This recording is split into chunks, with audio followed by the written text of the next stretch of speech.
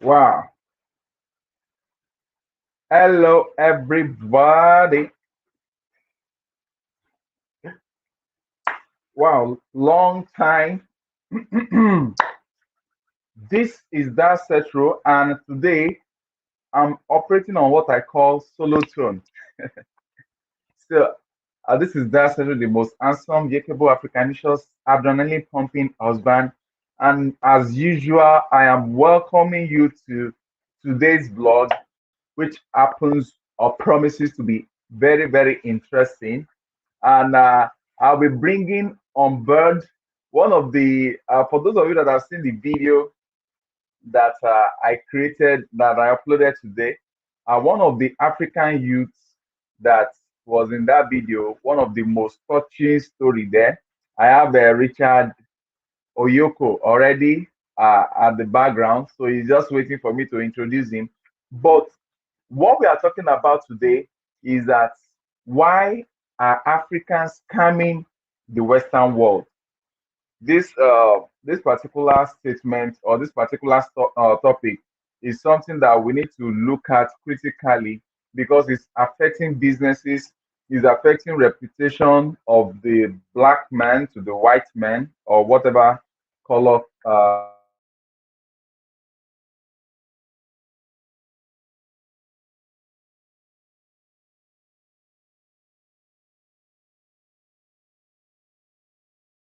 on board. I'll be using this time to bring on board Oyoko Richard. Hello, Oyoko Richard. Richard, Hi everyone. are you there? Yeah, I can hear you now. Okay. Okay, better. Okay. Um, Sorry that the invite was so impromptu, and it's basically what we do every Sunday.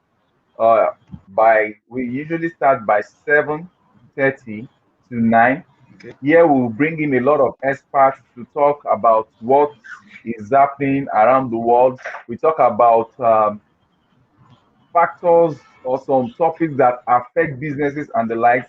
Then most of the time we bring in our African Youth Development Strategy beneficiary, just like yourself. We bring you on board because your story is such a story that people need to listen to. They need to follow, and they need to follow you. They need to know much about you. They need to draw strength from where you are getting your strength from, because by the time we delve into your story, I think all African youth, they don't have excuse to say, "Oh, it's because I'm going through challenging time. That's why I'm taking to crime. It's because I'm going through a financial struggle. That's why I'm doing Yahoo Yahoo. That's why I'm scamming people online." Because a lot of them, you see this one, you see that one. The next thing they'll be saying is that, "Oh, it's because that they're having financial problem. That's why they are taking to crime. That's why they are duping people, scamming people online." And as a result of that, it has negatively impacted the life of true businessmen and women. And we cannot continue to just do as if everything is fine, because everything is not fine. You see a whole lot of businesses outside the continent of Africa. They are so discouraged with the level of crime rates coming from Africa to the Western world. And immediately they have anything to deal with, especially when you mention Nigeria, everybody's heart is just shaking, as if it's everybody that is corrupt. But hell no, it's not all Nigerians that are corrupt. It's not all Africans that are corrupt. We still have brilliant people that are working with their ends, and they are trying to make ends meet. And that is why, to all my viewers, in case, let me just introduce this young man you are seeing uh, us with here.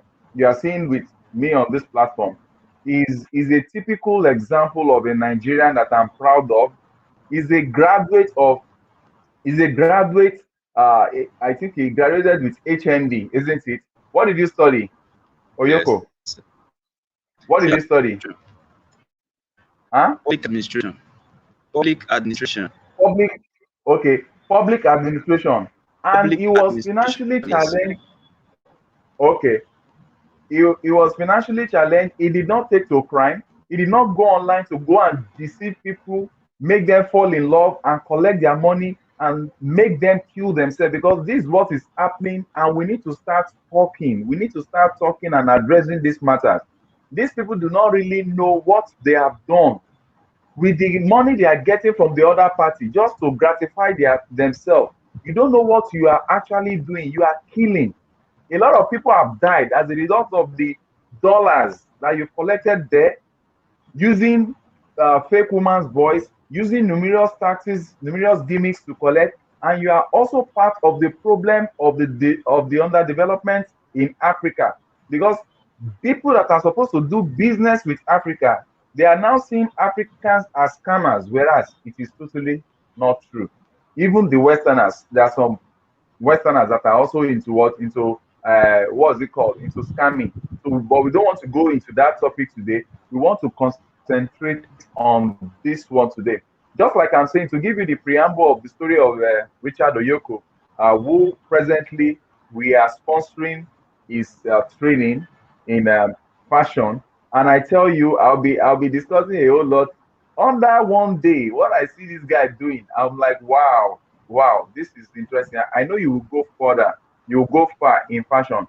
And I can assure you that the more serious you are at it, the more Cetrus Foundation is ready to support you more. We'll get approval for you. You understand? What we just need is that we want to see that you are serious at what you are doing. We want to see that you are putting Africa, you are putting Nigeria, you are putting Africa in good limelight, so that more youth can see you and begin to relate with you as a success story. And that is why we will continue to support you. So far, you are behaving the way you are behaving. You are serious at it. Now, let me tell you, this young man works at a fish shop during the day, and at night he goes to work as a security guard. Can you imagine that? A graduate, a full-fledged graduate. When I was speaking with him, I observed that I was just telling my wife that the way this guy speaks is like he's educated though. That's why I now asked you that, what's the level of education? When he said they changed, I said, wow. So you see, he's not about the challenges we pass through. Let me tell everyone a story tonight. I'm waiting for Jim Barak. Oh, Jim Barak is here. Okay. Let me quickly invite Jim Barak. Jim Barak, I'm sending you the link. Just click on the link and let's have you in this conversation. You know, why I cannot forgive, not forgive, why I cannot seem to tolerate any form of crime, whether from black to white or from white to black or from any human being, is because I had my personal experience. I just got newly wedded then, and I was scammed. I was scammed. It was painful. It made my new family to go through a whole lot. Oh, Jim Barak. Hi, everybody. Nice meeting with you. Yeah, I heard what you said about You said? in the beginning there.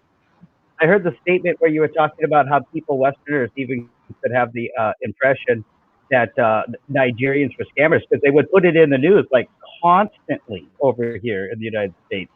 And you know, that's a foul technique, to use criticism against somebody without showing me the proof, just telling me it and not showing me any proof of it. But like you said, you didn't want to talk about that, so I'm going to respect that. And hello, Mr. Richard, how are you? Richard, okay. So thank God that you are following Jim. Okay. Thank God that they are following Jim. You know, at another time I will come from the other side also to show how the other colors are also scamming. But let me start with this story. It happened that when I just got newly wedded, I decided to, because I now have a family, I was now looking for other means of generating income. And I ordered for some products from China. I ordered for some products from China, and I tell you, it was painful because I borrowed the money with interest, and lo and behold, they sent me what was this stuff? Fake product. It was not what I ordered for. They just packed some useless. That was the period that they had this multiple internet connecting stuff that I ordered for. I ordered for iPad, and I ordered for, there is what they call it, multi something something. So, but at the end of the day, these people just package useless flash drive and sent to me. And they still made me to go and use my money to go and clear the stuff. I paid for tax and the likes. At the end of the day, lo and behold, it was fake product. I couldn't get back my money. So it's not is I agree with you, Jim, when you say that they make it look as if it's only blacks that are doing this.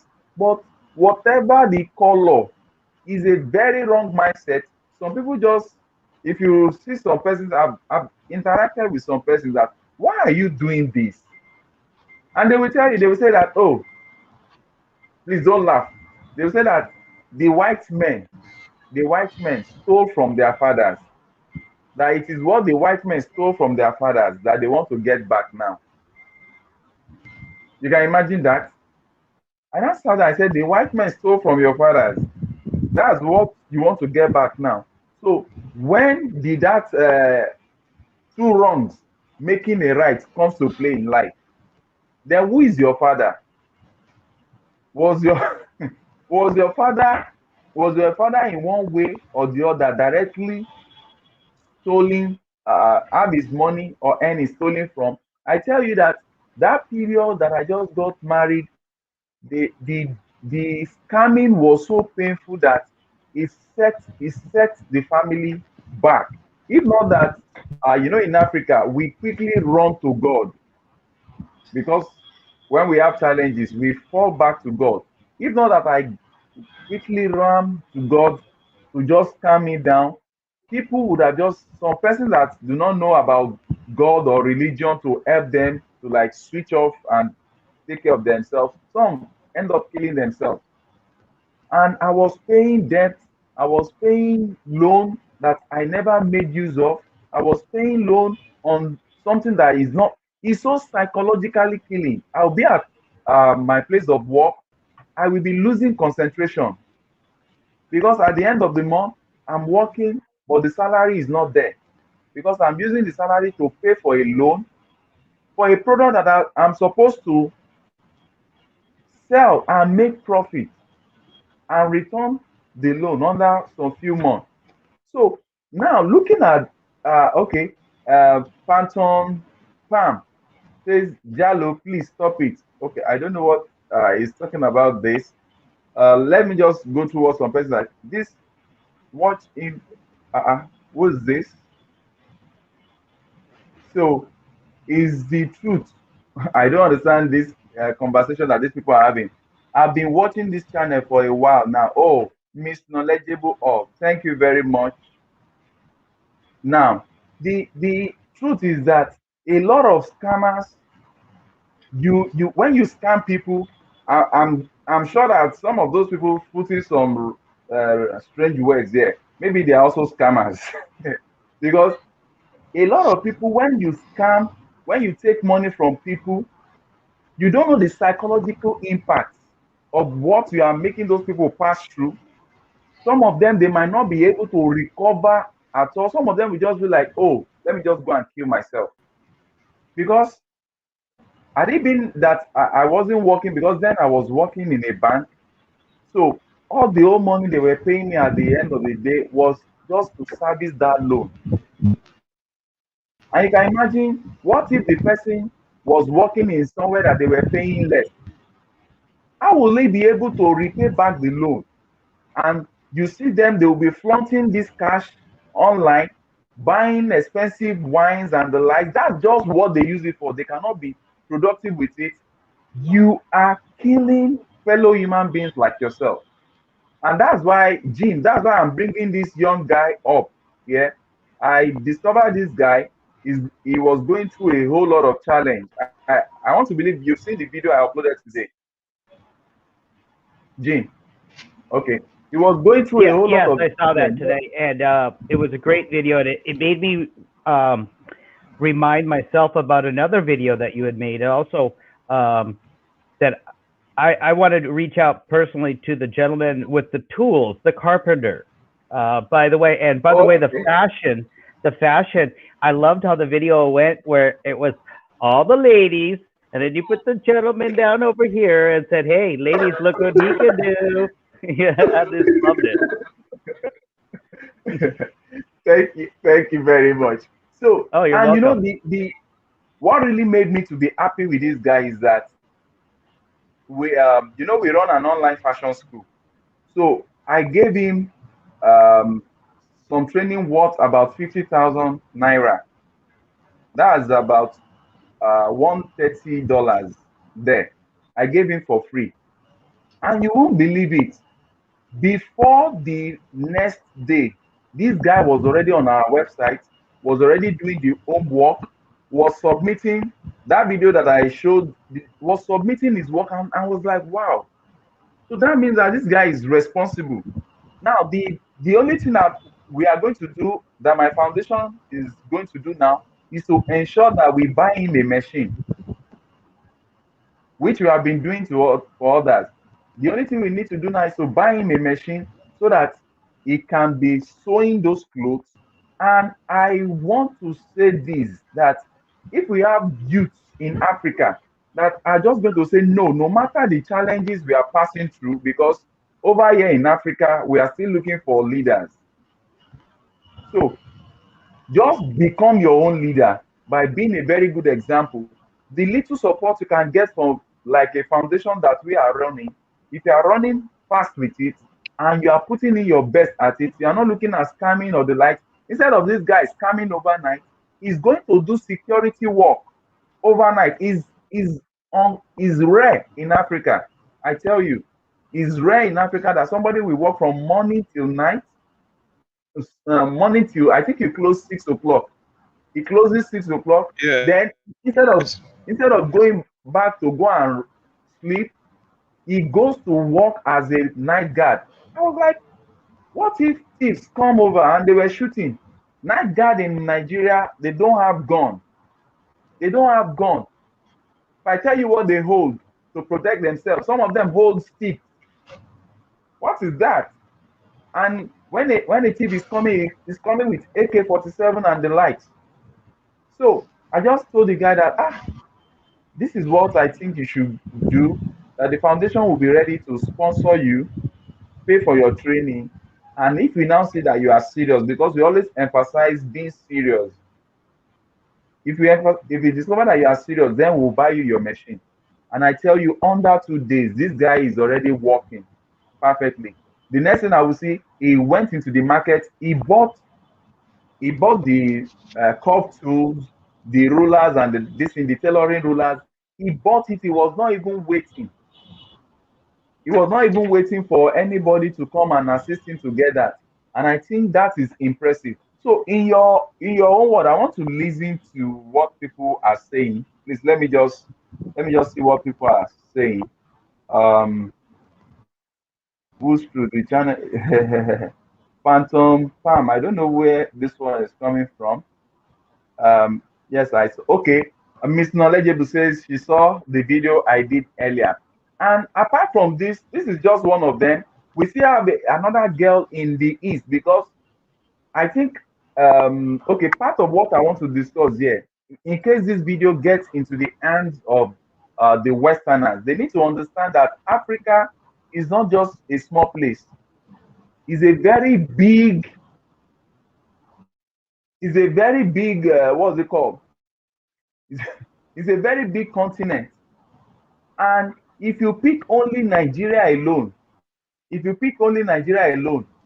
Lagos, if you pick a state in Nigeria alone, you cannot cover the whole space. So if somebody is coming and is saying that they want to sell an airport to you, and you believe that, because I'm beginning to ask myself the question, how will somebody just send you a mail and say they want to sell an airport you should come and buy an airport, and you are putting your money there. Doesn't make logical sense. Maybe some people think that Africa is just like a cubicle, like a tree that people are sitting on. By the time I start going out to showcase what Lagos alone has, I'm sure I can't cover it in a year. What Lagos alone, just a state in Nigeria, has. Talk less of, in Nigeria we have 36 states. Then you now move to Ghana, you move to Togo, you move to different countries that make up the continent. So I just want, because I want everybody seeing this video to start reshaping their mind. There is no way you will get any money dubiously from people and you will progress with it. Your life will turn upside down. Because every time I remember that people stole from me in China, see, it's the negative. Negative energy is never going to get you anywhere. You know what? Whenever I remember that people stole from me in China, they put my family in that condition that we just got married, I will kneel down sometimes and I'll just start praying. I just start praying that calamity should just happen to them. I'm telling you the truth. I just say anybody that stole this money from me, calamity should just, all the pains I'm feeling in this new family should happen to them. So you cannot imagine somebody that has scammed like 10 persons. You will not die a natural death. You will just die unfulfilled. And this money that you are talking about, you can still make this money legitimately. Right. And look at what is happening. They are now the one creating challenges for people that want to do business in Africa. PayPal is restricted in Nigeria.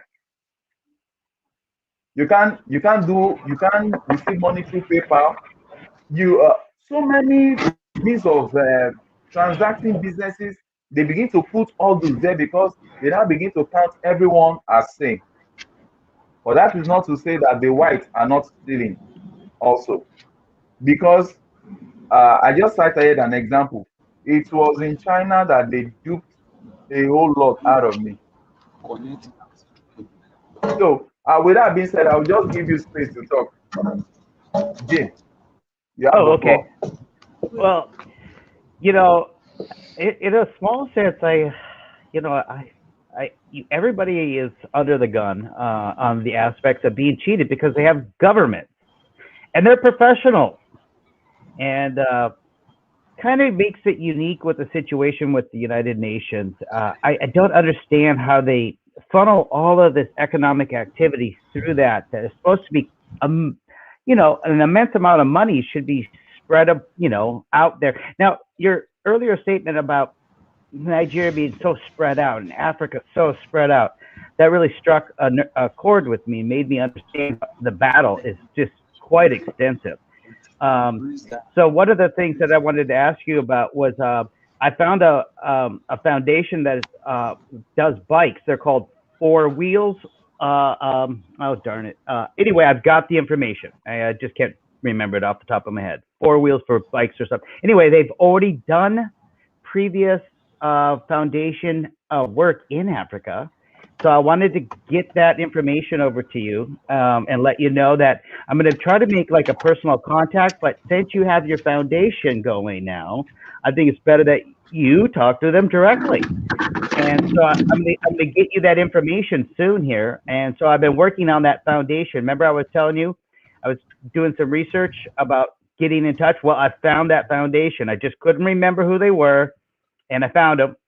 And yes, the wife is still running the foundation, and they're going to be able to organize bikes.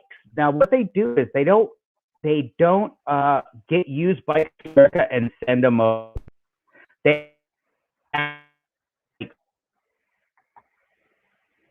I'm losing you here. Hello, Jim. You are freezing out. Okay. While we wait for Jim, let's quickly go through the comments of people here.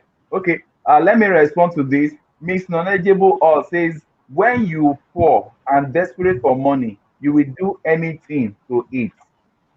You will do anything to eat. Yes, I understand you will do anything to eat. But let me tell you, if you are poor and desperate, if you are poor, if you are poor, is different from when you are desperate. If you are poor, you can still make good money legitimately by working. All you just need is to follow the right path. Okay, Jim, are you back? Yeah, I'm sorry about that, but that was probably on my end. I'm sorry about that. Yeah, Okay. but so yeah, I wanted to get back in touch, and so like for the gentleman here, I mean, they've got to not only travel larger distances on average, to compared to where we live, things are pretty compact. We have freeways and vehicles that can get you there in 15 minutes. You could be 35 miles away. And I'm not sure, I have never lived there, but I'm sure that there's a little bit more traffic there than there is here. And so these types of things that they don't register to a lot of people, that if there's a local economy, there's local businesses, so they can be useful. Bikes can be very useful. So I'm hoping that we can start getting that situation going, where we can get the two foundations hooked up. And so that's all I was trying to say before I broke up. Okay. I'm all good. I'm open to Okay. such foundation. So far they have the right values and the likes, because Well, I'm glad I I'm glad I got you on air, because we're somehow or another. I've sent you an email, and I actually sent you my personal information, my phone number, and everything. I sent you I an didn't see email. that. I I know, didn't which get is it. weird. I know, and that's funny because I'm telling you, it's weird. I've been looking for yours in response, and I have not seen it. I'm like, okay, something's going on here. So anyway, I'll I went resend it over and later. over. I went over and over to my email. That I said, but you asked me to send me our email, and I've not gotten your email. I was wondering, is it Me that you too. forgot or what? Yeah, no, there's something But going on. So wow. I'll switch it over. I remember the one, Jim S. Barrick at protonmail.com. That's what we talked last time, and we shared that amongst each other live. That's the one I'm using. Okay, you know what? I have Proton account, so I will send you Okay, my good. Proton account, so we can That's use what that we. in Okay, good. discussing. Because what I want, like I'm so glad you are talking about that other foundation. What I want is, I don't want a foundation that will be putting money into the hands of we Right, Africans. right, We are not beggars.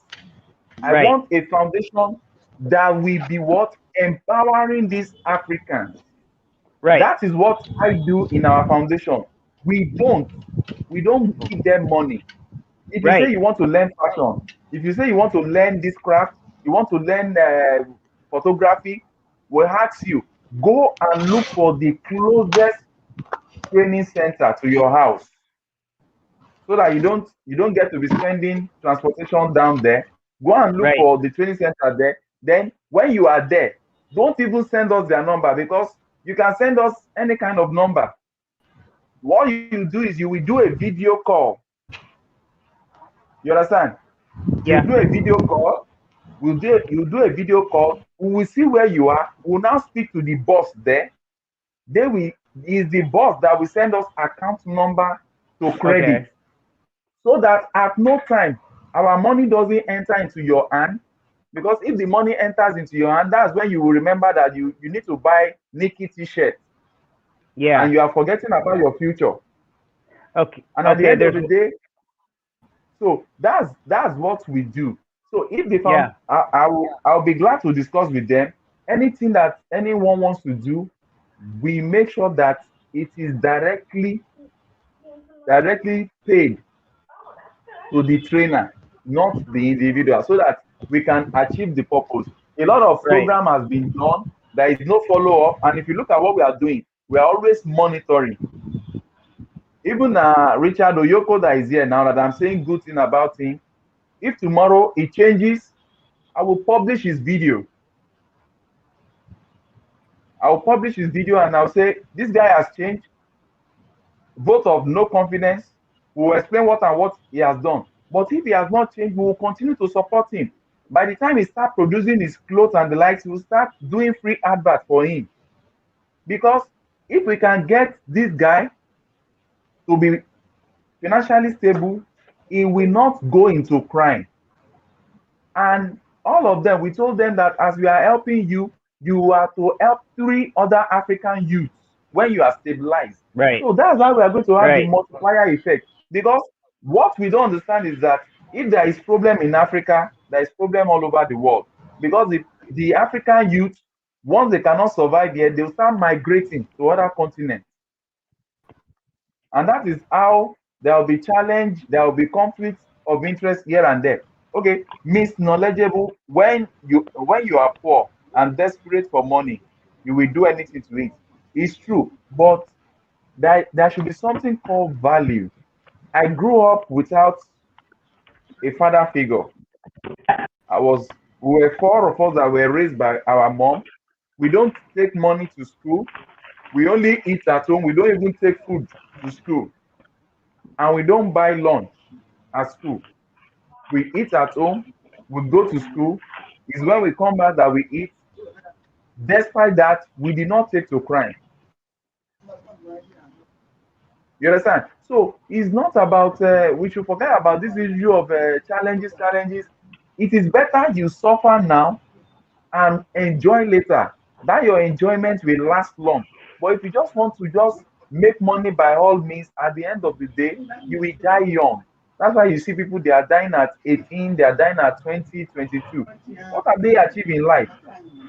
You get all this dubious money, and police is following up on you left, right, and center. You spoil your father's name, you spoil your country's name, you spoil your continent's name, and at the end, the issue is just getting worse. Now, Marujalo, a minute, please. It says, who is the main sponsor of this channel? Okay. Me. Yeah. I'm the sponsor of this channel. What do you want? I mean, come on. I'm the sponsor. You should be a sponsor. Okay.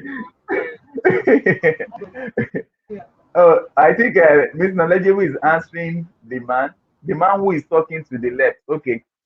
If you're asking for the sponsor of this channel, this is a family channel. We do a whole lot to bring back sanity to people, to rescue African youth from being used as economic tools, being used as economic sabotage tools.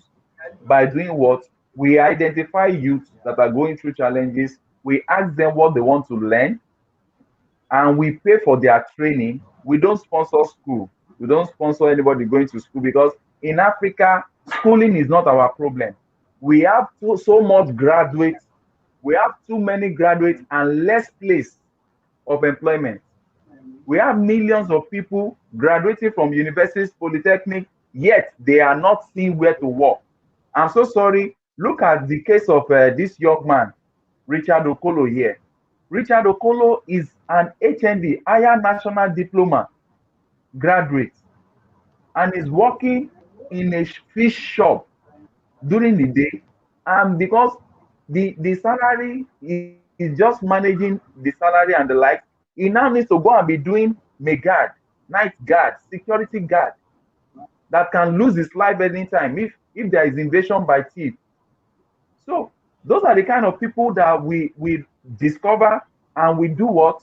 We don't put money in their hand, but we give them, we pay for their training so that we teach them how to fish. We teach them how to fish, and we are presently working on getting a place that will now bring all these youths that are producing stuff, so that they can have a space where they can sell. Every one of them, they are bosses on their own, where they can sell, we can display their products, people can come in, buy. With that, they have money. That's the foundation that we have set up, and it's called Setros Foundation. So I'm making that clear to Marujalo. And this initiative started with me and my wife. My wife is a little bit indisposed now. That's why she's not here. And we have a committee that monitors whatever we are doing. And we have sponsors that are also monitoring what we are doing and giving us technical advices and guidance, of which you have Jim Barak. And that's why he's telling you that he's the owner, because he's part of the owner of this channel. And everyone on this channel that has been following us up, sharing our videos, seeing areas that we need to improve, and they're correcting us, oh, do it this way, do it that way. Those are the owners of this channel. Right. And putting your energy Africa, and putting your energy in something doesn't necessarily mean you have to put your money into it. Like, if I want to put my money into it, I have the right to do what I want to do with my money. So nobody can tell me what I can do with my money. Exactly. So it's all about, and there is this fulfillment that comes when you see, you can imagine now, Jim Barak, I want you to look at Oyoko. Look at the way he's looking now. I'm telling you, in 6 months' time, because the training we are giving him in fashion, is just for 3 months. In that 3 months, he will be able to cut and sew African menswear. Yeah. And with that, based on the fact that he's working in a place during the day, they'll be seeing some of his designs. And from there, we are going to teach him on how to market himself. So from there, he will be getting extra cash. He works in the morning, he gets back home, he has the machine, he sews some designs. He goes. I'm even going to, because this guy, I'm so impressed by him, I'm going to teach him how to open a YouTube channel and to open some other platform where he can begin to market his product. That is what gives me joy. I want to have thousands of African youths that can tell their success stories and link it up to me and my wife, and link it up to the supporters of this channel, and link it up to this channel. Yeah, I think right now would be a good time to also mention we have Franklin and Ursula in England, and they're Blackmail TV, and they are huge fashion. They're into fashion also, and they're supporting their community over there. I've been, for the more in-depth conversations, I still watch Sister Shanice.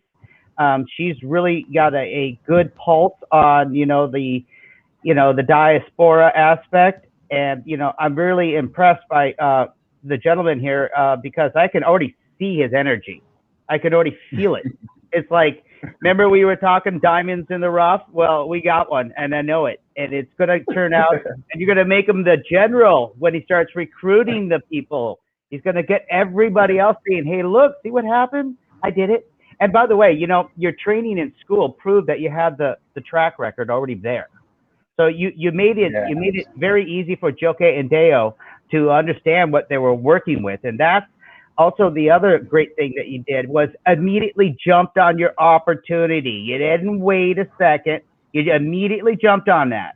And that's going to be your message to everybody that sees your shining light. You're going to say, hey, look, when your opportunity comes, don't do the guy who's going to do this negative energy and project out how I can rob somebody, because that's never going to make you healthy. The Chinese know this. Everybody knows this. Your body has an energy, and if you damage that outside energy, you are going to get sick. You are going to get ill. You are.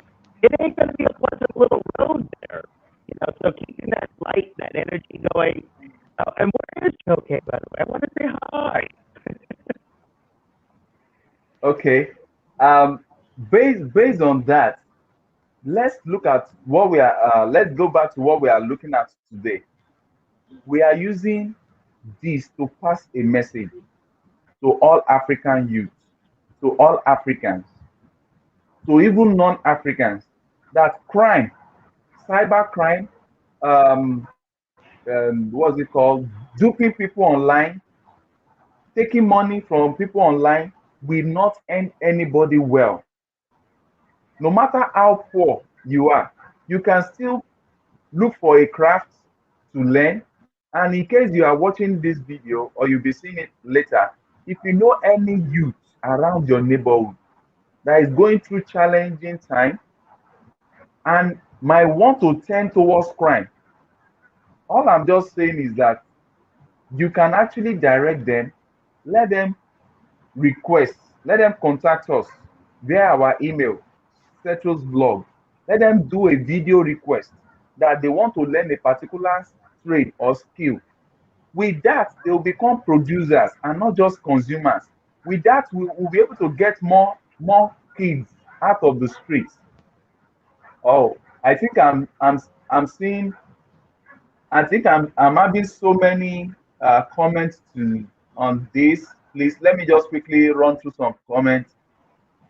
Okay, let me come from the down part.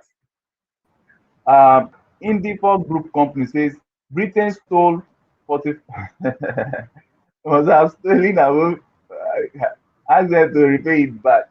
Okay, you know, like what he's saying, I may not be privy to this information, but let me tell you, that's exactly what some persons are saying, that they've stolen from their fathers and the like. But I'm saying that if we continue to toll that part,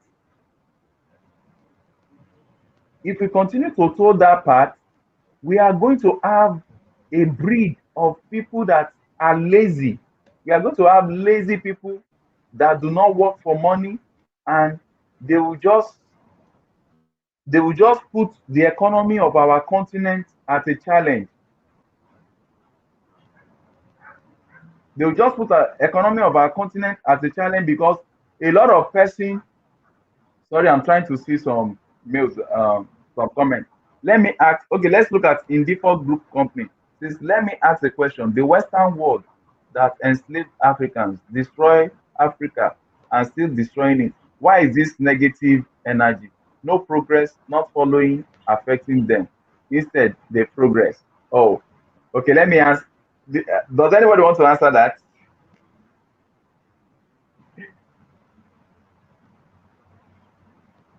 Does anybody want to answer this? Hello? Okay. Can you hear me? Yes, sir. Okay. Let me quickly answer this question. See, in the default group of company, in case you are listening to this, I understand some pain that some people do have.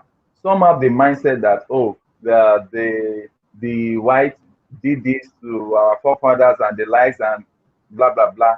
Fine, no problem. But you should not build your life on the basis of hatred for what some people's forefathers, their generations, their former generations have done against us. You should not base that as a reason to now destroy your own self. Because in this world that you are, that is what we call the law of karma. It is what you do to others that you will get back.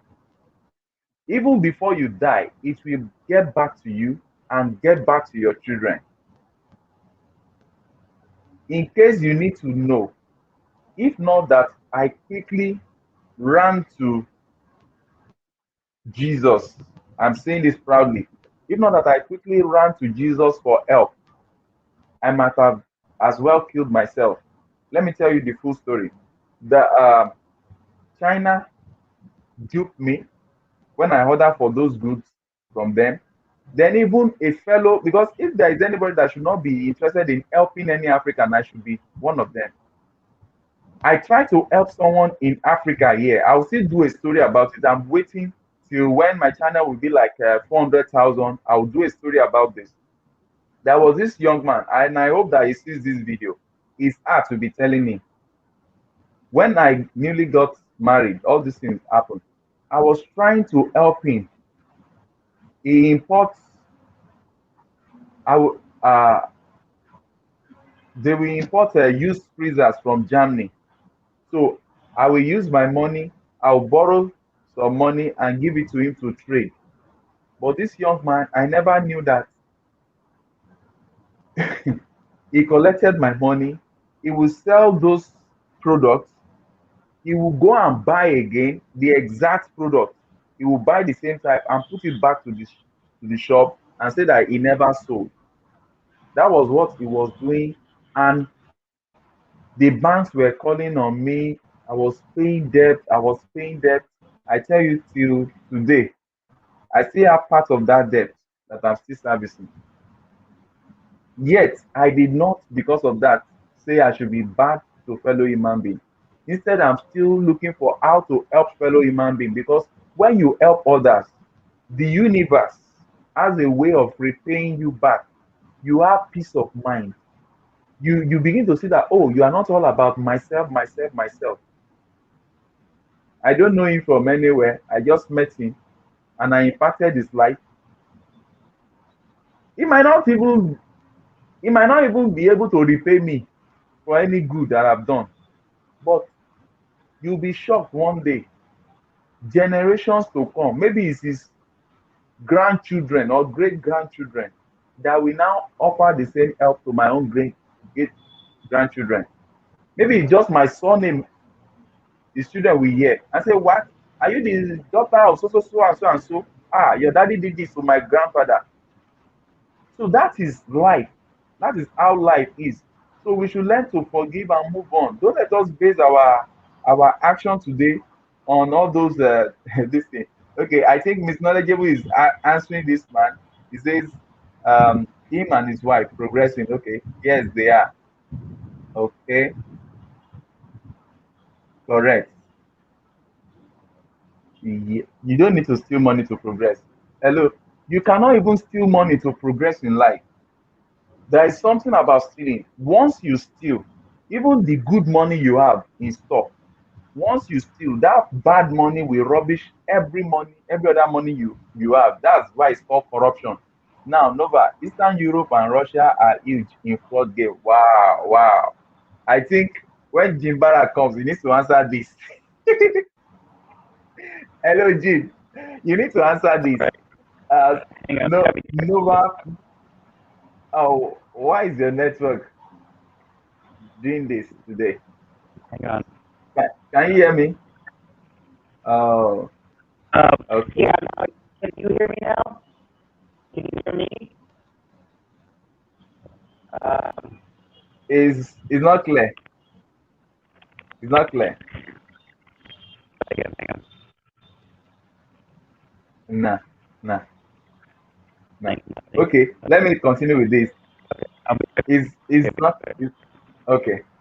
So Eastern Europe and Russia are huge in fraud game. No problem. Even if they are huge in fraud game, my own is that I want my fellow black brothers and sisters to have clean investments, clean businesses, help each other. What I want is we should what is actually killing the world is that everybody you see this one, he wants to own everything for just himself and his family. And that's why we never get good leaders in Africa. They get there, they're not thinking about anybody else. They're thinking about just themselves and their immediate family. No nation can progress with such mindset. Um, food shouldn't be taxed or even charged. Okay, that's possibility. George, there is a pigeon in your bank. Okay. So, while I continue to go through the comments, Oyoko Richard, I want you to tell your story. Are you with me? I want you to tell your story. Yes, I can hear you. Why? What I want to understand from your story is that why didn't you take to cyber crime? At least you will have one or two people around you that are committing cyber crime that is called Yahoo Yahoo and likes. Why did you choose to go for a night guard work despite the challenges you were passing through? You have the floor, Richard. Um, yes, I believe two wrongs don't make a right.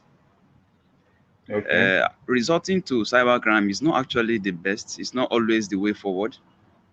There's nothing good about robbing or scamming other people, depriving them of their belongings. I think it's not actually right.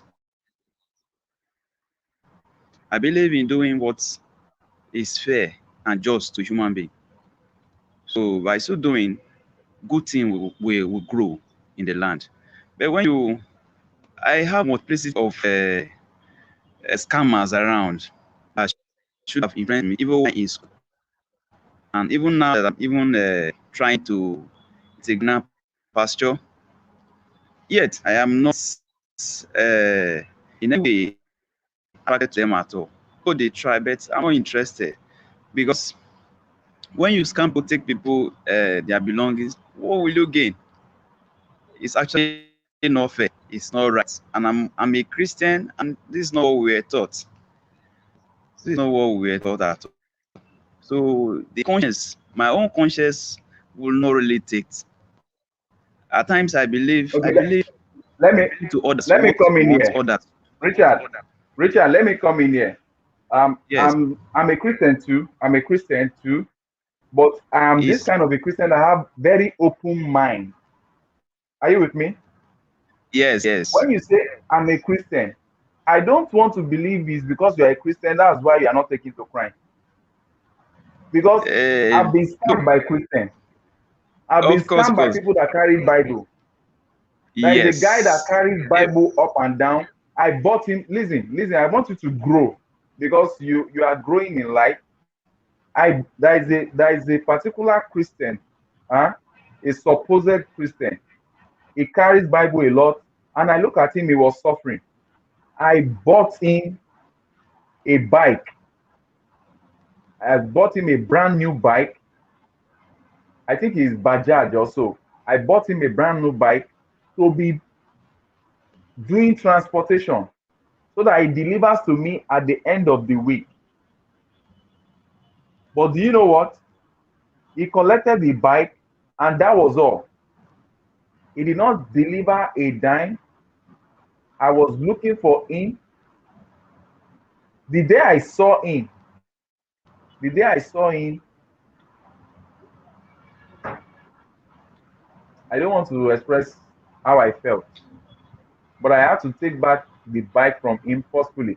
So I don't want us to just say I'm a Christian. A lot of persons say I'm a Christian and they do worse things. When I collected the bike from him, do you know the person I gave the bike to? I gave the bike to a Muslim, a Northerner, a Northern Muslim.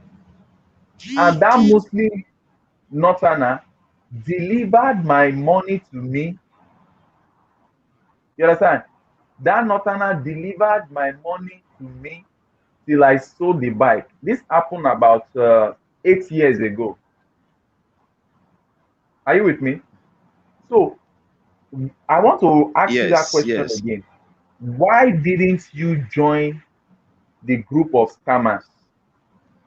Is it because you are a Christian, or is it because you have the belief, or you have a training and a kind of home training that prevents you from such? Because if you just say I'm a Christian, that's why I don't do that. Oh, that means if you are not a Christian, you can do that. You understand me now? What is that? I want to Yes. really know. Um, Because in this program that we are doing, we want to know everything about you, if possible. all So right. you have the floor. Yeah. It's fine. Uh, uh, there is no particular reason that will actually push it on. I have several reasons. Being a Christian, I always said I'm a Christian, and it is against the teachings, the injunction of Christianity to do what you don't want others to do to you, to do to others. It's actually wrong. So that's part of it. And Okay. the way I was also brought up from my background, we are not rich, we are not well to do. We don't to crime and criminality as a way of making success. We don't believe that. So I grew up that notion. I grew up with that mindset, trying to always do my best, trying to be fair to humanity. Because if I remember I am fair to one person and the person is fair to every other person, you see we have life where equality, fairness prevail. But when you scam others, I don't know what you are trying to get. There is no money. I'm not always envious. I'm not always invested. because it's not me, it's not for me. So there's no need. I'm not jealous. Okay. If you are riding your car, you're driving your car and I'm riding a bicycle, I am fine with my bicycle. So me, I for one, I am not always interested in anything that is a crime or that has Okay. that has to stain my image. No. Okay. Let me say the part that I will agree with you is just this other part you just mentioned now, that you are not envious or jealous about people doing flashy things. Just like I'm not jealous of anybody living in bigger house. I have just one room apartment and I'm content with it. So anybody that wants to ride mansions and they say, let them go and ride their mansion. When it is my time, I will have the mansion. And the funnest stuff is that I will not have to kill myself before I get the mansion. At the right timing, I will get it. But what I want to achieve now is to reduce the number of boys and girls that are on the street falling for this bad set of people that want to make useless of their life, use them for political campaign because they are poor, pay them peanuts and allow them to go and kill themselves so that they can win election. And at the end of the day, they have empty skull. They are ruling this country. Yeah. You understand? So that my mission is to empower African youth so that by the time every African youth is financially okay, that's when you can ask, oh, who is really governing me? If you are a joker, you can't govern me because I'm rich enough to take care of my family. So your bag of rice that you are sharing during election, this thing is not what will take my vote. I want you to know where we are going to, because I want to see that you become an ambassador of African this thing, of Cetrus Foundation, because you have a story that is good, but you must know the reason why you believe you are doing this. While I was working in the banking sector, I had the opportunity of, when I graduated from University of Benin, I was the best graduating student in my set. I got employed into the bank. All the money they were paying, people were buying flashy cars. I did not for once buy a flashy car. I bought a car that even a school teacher would say, no, I don't like this car. That was the kind of car I bought. All my money I was investing into fashion school, the same fashion school that is giving you scholarship now. You see the stuff now. Did you guys know that my oldest son, and that we talked about, he graduated from the what they call FIDM here in Los Angeles, and it stands for the Fashion Institute and Design Merchandising or Marketing. But yeah, my son graduated from a design school, and his passion is shoes. And you know, he's a skateboarder, you know, and he just wanted his own flair on it. And you know, when you jump continents and you get somebody with creativity that's not had a shot at like getting a job, you know, what they trained to do, boy, that's got to be a hard thing, you know. And I really applaud you for, you know, getting. Oh, your audio is bad again. Oh, Your audio is bad again. So I don't know what is happening. Okay, let's go to our right, misknowledgeable. Poverty is the issue. Yes, I agree with Nova felt that poverty is the issue. But when poverty is the issue and you have the opportunity to improve your skill, let me tell you, the way out of poverty is our end. Is our end. Handwork. It's called handwork, handcraft. If they take away your certificate today, what can you do with your hand? That's how you will survive. And that is why immediately I was 35 years, I retired from banking. I said, I want to face my own business. Everybody were looking at me as if I'm crazy. No. It's not that it was rosy. has not been that rosy, but I'm proud of what I am today. You understand? Anybody that wants to get out of the poverty line must have a craft, especially in Africa, that he or she can actually be doing, can be engaged with. Okay. Um, let's read some comments. Um, okay. It says, Miss Ruby, when a criminal is exposed, talk about that criminal. Don't quote another criminal to justify another. The supposed leaders have their own case to answer. Okay, I think Indie4 is talking about the leaders in Africa that maybe they are still. Let me tell you something. In any part of Africa or in most parts of Africa is an issue of corruption. But let me tell you, corruption is everywhere. The corruption you are seeing in Africa did not start in Africa. If you trace that corruption, you'll be shocked where you will see it all over the globe. So, and that is why if you want to fight corruption, just forget about fighting corruption. Fight corruption in your own life. That's how to fight corruption. Just fight corruption in your own life that you will not be corrupt, and now start helping others to fight corruption in their own life. That's how you can eradicate corruption. But if you say you want to be tracing corruption up and down, even if they give you a whole tenor, you will not achieve anything. So let's read some comments here.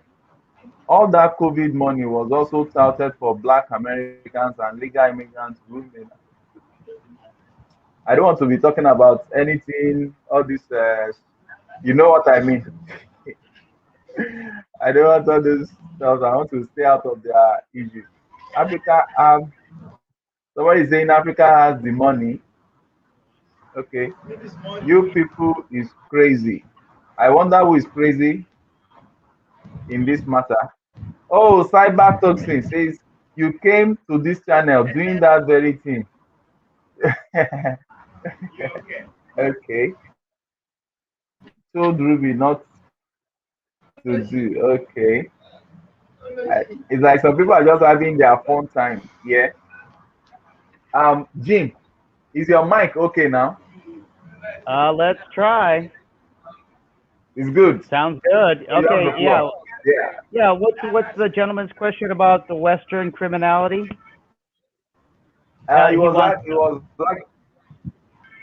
you said? He wants an answer. He wants some type of answer, like he's going to get somebody to give him an answer. Like, okay, so criminality, how far back are we going to go on this criminality? Are we going to decide that, you know, I guess these people are the ones that did it? And like, geez, you know, I have a feeling that there's a lot of colonialism that is imperialistic in a way. But, you know, if we got down to the heart of the matter, I think it would be money.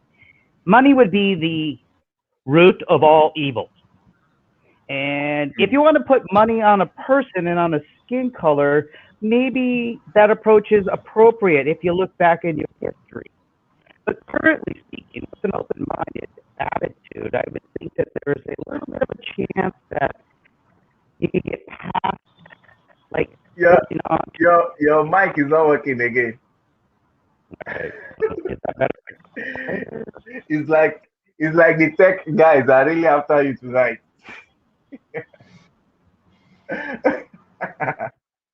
Okay, while we wait for you to work on your mic, now let's look at this. You want us, Greener Dean says, you want us to come to Africa and invest. I'm not talking about investing in Africa tonight. Are we together? What I'm talking about is impacting our world. Everything is not invest. Anywhere you are, you can invest.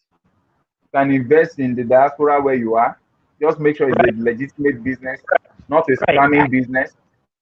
Yeah, wouldn't you want to think? You said what? You know, you think globally, act globally. Think globally. Okay, act locally. Okay, that's good. I think this your mic is still not working. Okay, but at least I can still hear a bit of what you're saying. Think globally, act locally is good.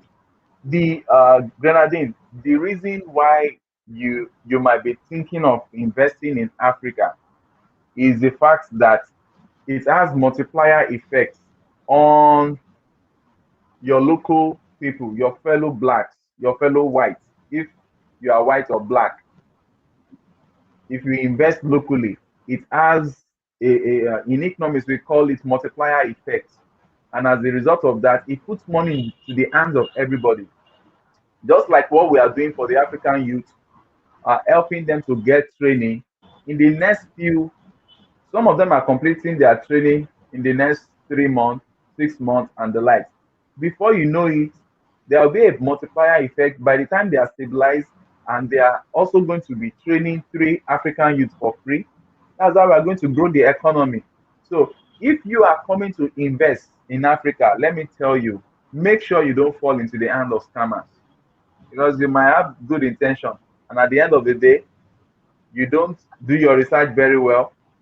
They must scam you of your hard-earned money. I just told you I lost money in Africa to fellow Africans, and I lost money in Africa to the Chinese.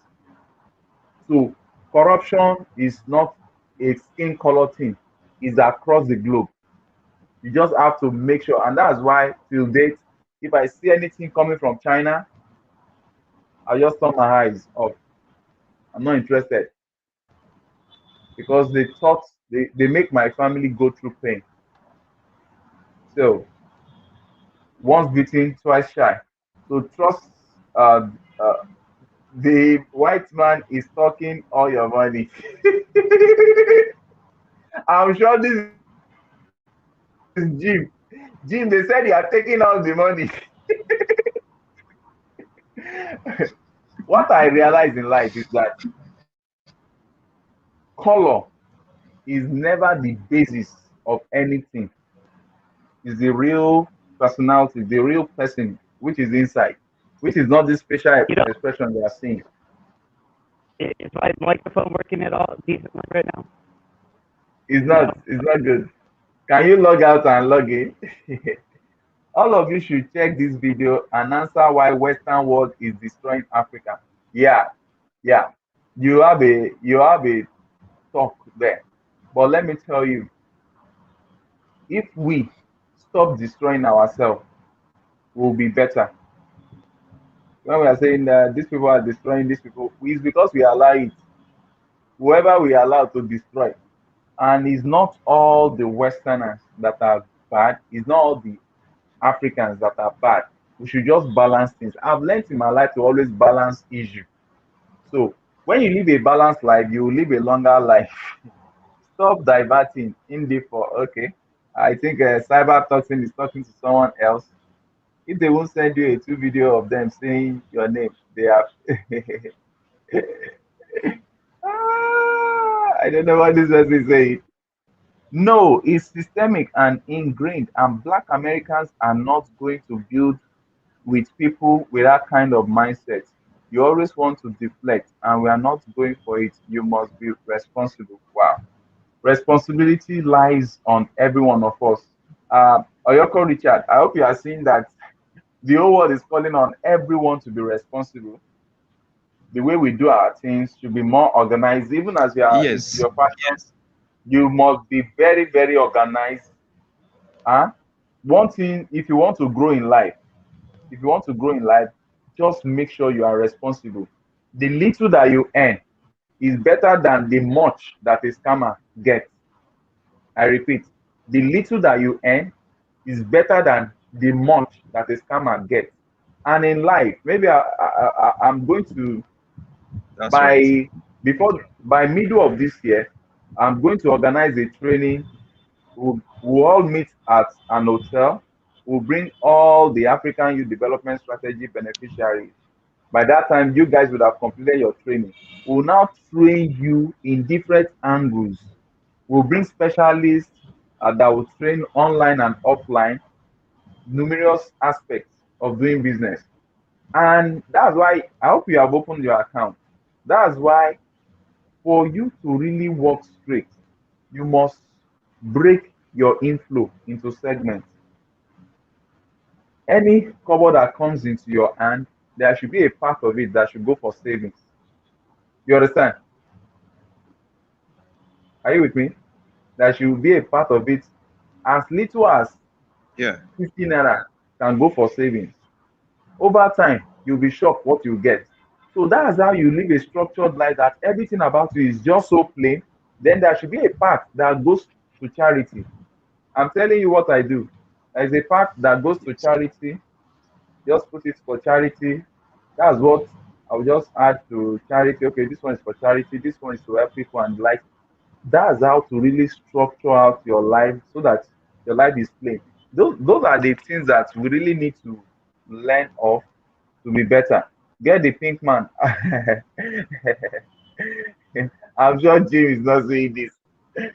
Some people, I asked the question about Western world scamming Africa, and and was talking about African leaders. Who is diverting? I'm not diverting. Indeed, but I really love your participation in this discussion. When you say scamming, when you say scamming, do you know that even in this country that I am in, the largest scammer, do you know the largest scammer? The electricity company. They don't supply you light. As I am now, I'm working with solar. I'm on solar. They don't supply you light, yet every month they bring electricity bill. What kind of scamming is more pronounced than that? But you will not because of that to take to scamming. You understand? You know because of that to take to scamming. Yes. Let everybody answer their name. Just make sure you live your own life so that at the time you are checking out of this world, your head is up. You understand? So, um, Hmm. hey guys, okay, Royal Rising. And please, in case you are seeing you are part of this conversation and you have not subscribed to our channel, please kindly subscribe to our channel. We are so glad having you. And remember to give this live stream thumbs up, because by the time by the time you support us in subscribing to our channels and you share our videos, that's how we'll be able to continue to do what we are doing to assist the African youth. Please don't forget to subscribe, leave a comment, and share our videos. The Western world taking all your money. That's that's what everybody is just saying. Jim, Yeah, can you hear me any is your better mic? now? Oh, good, 100%. Okay, that's good. You can hear me now, though? Good, crystal clear? Yeah, very well. Okay, good. Was there another question? There's something that somebody else wanted me to answer, because I thought I was, having some technical difficulties, and I was kind of hoping I gave a complete answer. See, today's vlog is all about so many questions for you. Right. I hope Right. you have the shock absorber. Look at Indifor. Indifor says, I asked the question about Western world scamming So it's Africa. only the Western world is doing that? Is only the Western world doing that? Now I just mentioned China is part of it. That China also scammed me. Aha. Right. So is okay. You have the floor. Well, if the concern is westernization is from colonial aspects and imperial aspects, then then we can say westernized would be the leader of that current situation. Yeah, I would agree to that part, but then to broadly stroke across with a big paintbrush and say, you know what? I think that, every single city in the United States, either if it's black city or a white city or a Mexican city, I think they would all be saying the same thing, that would no matter where you go, no matter how you go about it. Here in California, they just lifted a quarantine thing that we were all under. We weren't allowed to go to a restaurant. We have not been allowed to do many things. And to me, that's a form of Western. Definitely. I mean, does that not seem like, wow, I gave my power to a government that allows for me to be subject to their rule. Now, that's Western. Yes, I can understand. But if I'm not mistaken, Parliament and all the other forms of colonialism have spun off into Africa. And a lot of French nobility has a lot of play in Western, especially when you consider centralized banks and how they work together. I don't think that would be called a Western thing. If you combined central banks, and then you would have to say that's globalism, not colonialism. That's my approach. Okay. So that's your approach, eh? Let me tell you part of what Africans get. Huh? Some of those Africans that are actually into scamming the Western world, what they usually say is this: that the Western world scammed them before, now is their time to scam them back, which I don't totally believe. But let's look at something here. Because I want both sides to see how this ought, how it ought others. Look at this. Africans are in the West doing plenty of scamming, and it is hurting Black Americans who haven't benefited from what the West had gotten from Africa. You are hurting our people in Black America. I'm glad this Miss Ruby said this, and that is why I'm making this passionate appeal to all our brothers and sisters, both black, white, indigo, purple, whatever the color is. Scamming is scamming. Whatever your color is, you are hurting others. And whatever your color is, it now becomes more problematic, not just on you, but it creates a problem of social or racial profiling for those that do not even know about your crime. So let's assume that as I am now, if not that I'm forgiving, I don't generalize. I should have gone with the mindset that, oh, all Chinese are fraudsters. No, not all Chinese are fraudsters. Because a particular Chinese company scammed me, doesn't mean that all Chinese business people are fraudsters. But it's only few people that knows this. So for those of my brothers and sisters in whatever skin color you are, by the time you are scamming others, you are creating problem for the next black person that wants to go into that community. That's how they begin to look down at us and begin to suspect us. Even when you put your hand into the pocket, they think you want to scam them. When you bring your hand up, they say, no, it's another means of scamming. All these are hurting us, they are hurting our businesses. And just like Ms. Ruby said, they are creating problem for Black Americans. And these Black Americans, they are people that we are praying that one of these days they will return back home to visit their homeland, even if they want to go back, visit their homeland and see actually what they are missing. Okay, so let me look at some recent comments. Hey, Joanna, greetings from Canada, from Grandma in Canada. This is one of our friends.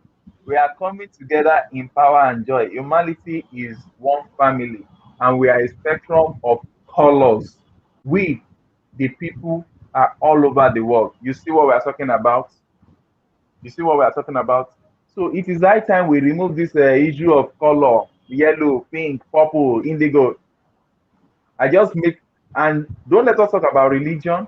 Don't let us divide ourselves on the basis of religion.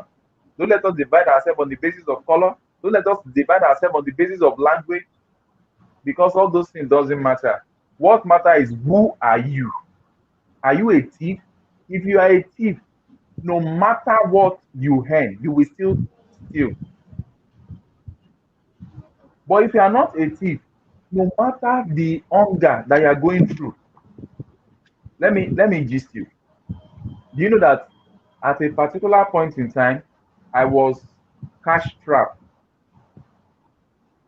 but I was cash strapped. I will never, is a policy I set for myself. I will never open my mouth to ask you for money. You know what I will ask you for?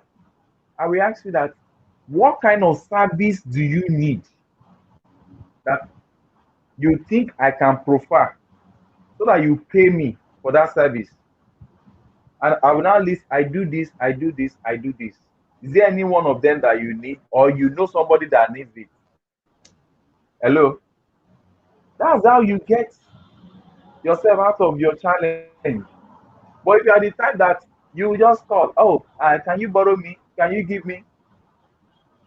If you do that, what you are creating for yourself is problem tomorrow. Tomorrow you might just be trying to call them to know about their welfare. They'll be afraid. They'll say, oh, maybe he wants to borrow another another money. Maybe he wants to tell me another story. You are just losing your self-worth. So let us find time to develop ourselves in a specific area. Use that area legitimately to take care of our needs. Because the issue of scamming is becoming something that people are just colorizing, just like Joanna said. They are Well, colorizing it. I gotta let you know, it has not been in the news for at least 2 years over here in the States. It has not been in the news. There has not been any mention of it at all. I have not heard of it in at least 2 years, and I pretty much keep up on that on foreign relations. What did you say has not been in the news? Can Richard mute his mic for a second? Okay. Okay. What? Okay, go ahead. What did you say, Cedros? I said, what did you say has not been in the news? Any Nigerian aspect of scamming. It has not been in the news. No, not for at least 2 years. Not in the United States, but it was very prevalent a couple of years back. But ever since here in the United States, people have a fishbowl memory. They don't remember things too long, because there's always something new that will come along. And especially when you have people begging for the universal basic income to be implemented in America, which is one of the only countries in the world, that a Western country that has no health care. No health care. Can you imagine how many people have gone bankrupt in America over having diabetes? Or, you get a cancer diagnosis, and guess what? Chemotherapy is not cheap, and it kills you at the same time. And try to recover from chemotherapy and hold a job down. It's impossible. So as a lot of people think that we sit here in the Western world and are just high and mighty or something, it is not true. There is a lot of suffering going on. If you go to Los Angeles or San Francisco right now, I'll give you a view of something that is shocking to see. So it's not like, yeah, I mean, it is. I mean, I got to admit, colonialism did spread across the world, but to call it a westernized version of it, I'm not buying that. I know for a fact that America is a pretty decent, giving, generous. There's a lot of good people here that do make a difference in people's lives, and so you can't have I mean, you can, but it's not oftentimes. It's really hard. Like you were saying, it's really hard to figure it out. People want to bring up scamming and all that. So what are you going to do? You got to sit there and take it? I'm not. I'm just moving on to the next thing, trying to put my energy where it's going to the positive. And for me, that focus is on the youth, because, the youth is going to lead the future. And this is why, bringing them out of poverty is the most important thing that we can do. And, it's, unfortunately, I'm sure there's a lot of people that look at me and they go, wow, he's a white guy trying to say something and he's trying to act smart or something. But no, it's just me, a person. That's all it is. Okay. Jim, I think someone is responding to what you just said now. Look at this. Miss Ruby says Nigerians have been arrested for scamming stimulus unemployment funds. So what are you saying? It's not true. So I suggest you use Google no. Listen. Listen to this. Yes, there's a recent article out. So Governor Gavin Newsom, here's the governor in California. Yes, there is $31 billion unaccounted for that went out during the coronavirus to pay off what they call unemployment funds. And a lot of it got stolen. Yes. Now they say 31 billion, but they're saying it's more like $100 billion. Yes, there's scamming going on. Yep. And if somebody, in Nigeria has been arrested for it, well, I'm sure they got their information from a hacker in China or a Russian agent who's selling information on the black market.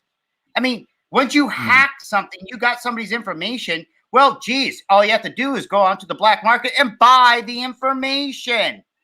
So if anybody's going to be in poverty, this is the cheapest way out of it. Hey, I understand it's not a good thing to do. But to say that, Nigerians are like in a bad light of it, I disagree.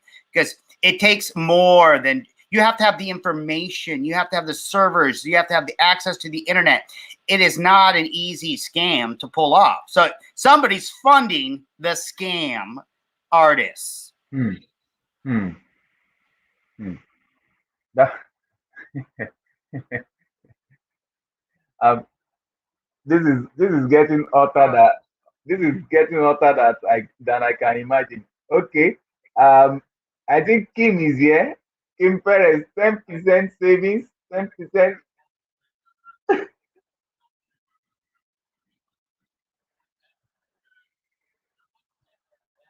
I think I'm hearing myself. Hello? No, you're good. Okay, we have someone joining us. This is To Naija. Let's welcome To Naija. Hi, can you hear me? Yes, you sound Very good. well. Yeah, thank you.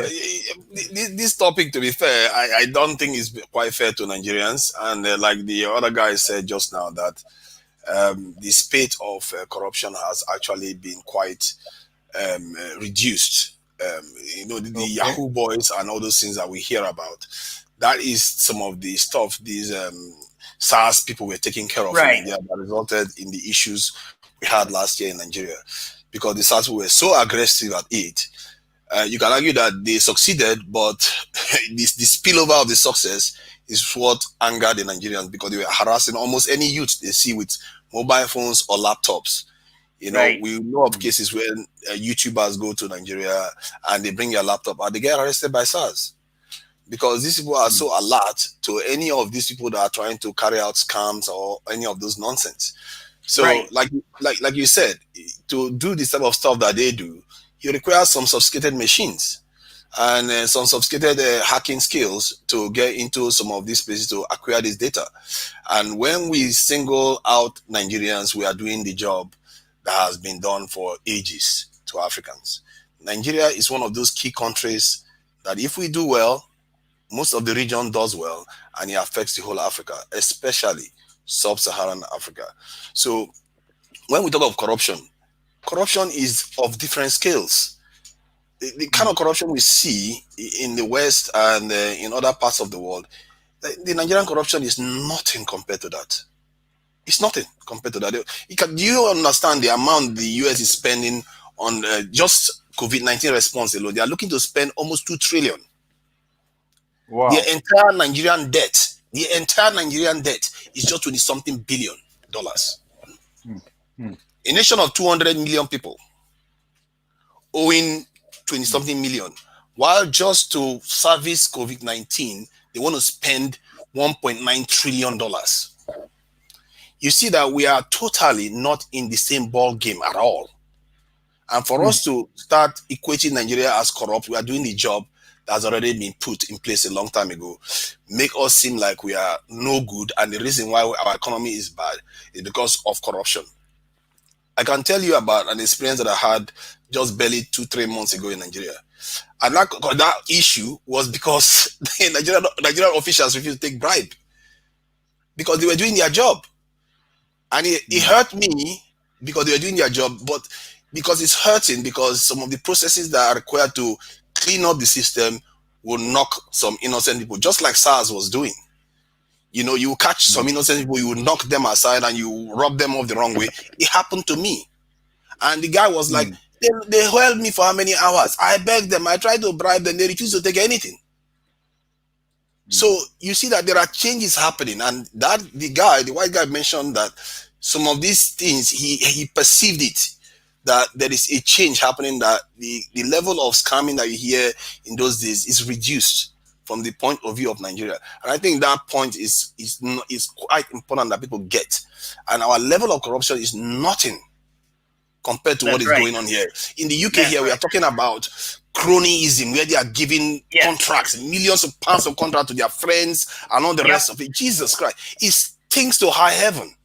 It's so bad. It's beyond the pale of the scope. There's many, many layers to an onion. And this one is going to take a long time to peel. In Nigerians, we are almost like purists. We feel like we have to always be pure because of our history and our experience of corruption. We hate it so much that we feel like we have to be pure at all costs. But we forget that what is going on around us is the biggest scam of all time. The big ones at a very, very high scale. And we need to start playing those type of games, because the game we are playing now, we are playing like children. Whenever we hear somebody did something wrong, we just say, oh, Nigeria is bad, Nigeria is bad. But forget that the others are running away with billions and trillions of resources and money disappearing into offshore accounts. Nobody cares. Yeah. Corruption has run the world for a very, very long time. The rich and the elites have gotten away with murder for a very, very long time. And they will keep getting away with it. The only thing we can do is play the game to get what we want out of the system. Because people like to say, Nigeria is corrupt. In the West, people here in the West say the government are incompetent and they service the rich people and their lead. The rich is getting richer and the poor is getting poorer. The question you have to ask yourself is, universally, this is a universal question. This is not a black question now. Who do you want to be running the system? The people or the elites? If you want the elites to be running the system, they will keep doing what they are doing now. They said in America, I think the richest, the top 50%, people that own the top 50% of wealth in America can fit on a bus. They are barely. It's even higher than that. Yeah, it's even higher than that. So if about 13 families or 13 people can own as much wealth as the bottom 50%, that's 150 million people at least. Right. That system, you have to ask yourself, what kind of system is that? It's a rigged system is what it is. And we criticize ourselves, act as if we are the worst of the worst, and act as if we have to be as pure. We are trying to win a war that we can never win. We can never be too pure. We will never be as clean. Every Nigerian will never be, even if 80% of Nigerians are clean, 20% of Nigerians will still complain. Yeah. It sounds like the evangelicals here in the United States. They think they're they're pure too. And yet they are more tax exempt churches in the United States than there is schools. I mean, just think about the fact that they can go around and collect money weekly, daily, and somehow or another that gets funneled up into the politicians. It really does, through what they call political action committees and lobbyists. Now, that's how rigged the system is, that they all buy stock in these companies that run hedge funds. And guess what just happened just recently? We have a thing called GameStop. GameStop shocked the market just recently. Now, this could be a wake-up call for the elites and say, hey, wait a minute. If they're going to start doing this stuff, we've got to change the rules. And guess what they did? They immediately stopped the trading on the Robinhood app. Can you believe it? Rules for thee and not for me is as to what is going on right now. They're changing the rules as we get demised more. And they're not going to be able to if we don't stand up right now and take a stand, we're going to be in a world of hurt. You know, and thank you for your words that have been so enlightening. I really appreciated those words. Because these things, I think the world, we need to start waking up. And one of the things I admire about this guy in his channel, that's one key one, is that he tries to see the world through a humanity. He doesn't say this is color and this one is Indian and other. He tries to see that. And hence why I'll put this forward, that you have to decide. We as people have to decide. We can't keep complaining about the elites. Either you decide to take over control of the system, or you leave it to them to keep doing whatever they like to do. And believe you me, sooner or later, if they don't have use for us, they will do away with us. It's how life works. And if there is any country, the kind of spirit that I would choose to follow in any country in terms of the way they treat the elites is like the French. The French have a kind of camaraderie between themselves. Whenever they want to gang up and protest, no matter if they disagree with the issue, they will support their own, the poorer people, against the elites. So that in the world, you don't tend to see that. You don't see the masses bunching together against the elite the way they do in the French context. And even in the French context, I would say it's not even strong enough. Because so far in the world, the elites have run the whole show. China, India, everywhere. Now, does this lead back to Brexit, though? I mean, does this all lead back to the European Union trying to establish their control before it got out of control? Because I would love to hear your opinion on that. The European Union, the way they approach things is that I think they understand that they are in a continent. Europeans, let me put it this way: they understand that they are in a continent of very, very crazy people that appear very sane right now. Because Europeans, you see, that's the thing. Africans don't understand how crazy Europeans are. They are crazier than any group in the world. If you mess with them, they will be the first to start beheading their monarchs. The French completely beheaded all of them in Spain, Russia. As the English one, they beheaded him once even, and it was just a tiny thing that kept the English monarchy in place. So these people, they don't take prisoner when they get crossed with their leaders. So they understand this is hence why Europeans generally tend to pander to their people. They tend to listen to their people more. If you look at their countries, the way they run the system, they don't push it too far. They will say, okay, Microsoft has power, or they want to reduce its power. Like now, they are fighting Google. They are fighting Facebook. They want to reduce their power because they don't want big institutions becoming too powerful, because sooner or later, the people will be like, what do you think you're doing? Enough is enough. We're going to rip this whole thing apart and all hell will break loose again. Europe had 2 world wars in less than 50 years. And these are people that are willing to shed blood when it comes to it. So they mean business when they want to take action. So I believe the European Union, the way they are looking at it right now is that they are trying to balance both ends, because the forces that are pulling in favor of the elites is so strong around the world right now. It's so dominant everywhere in the world that who are the gatekeepers that are going to remain to push back on this? The only people that are remaining to push back on it is the European Union itself.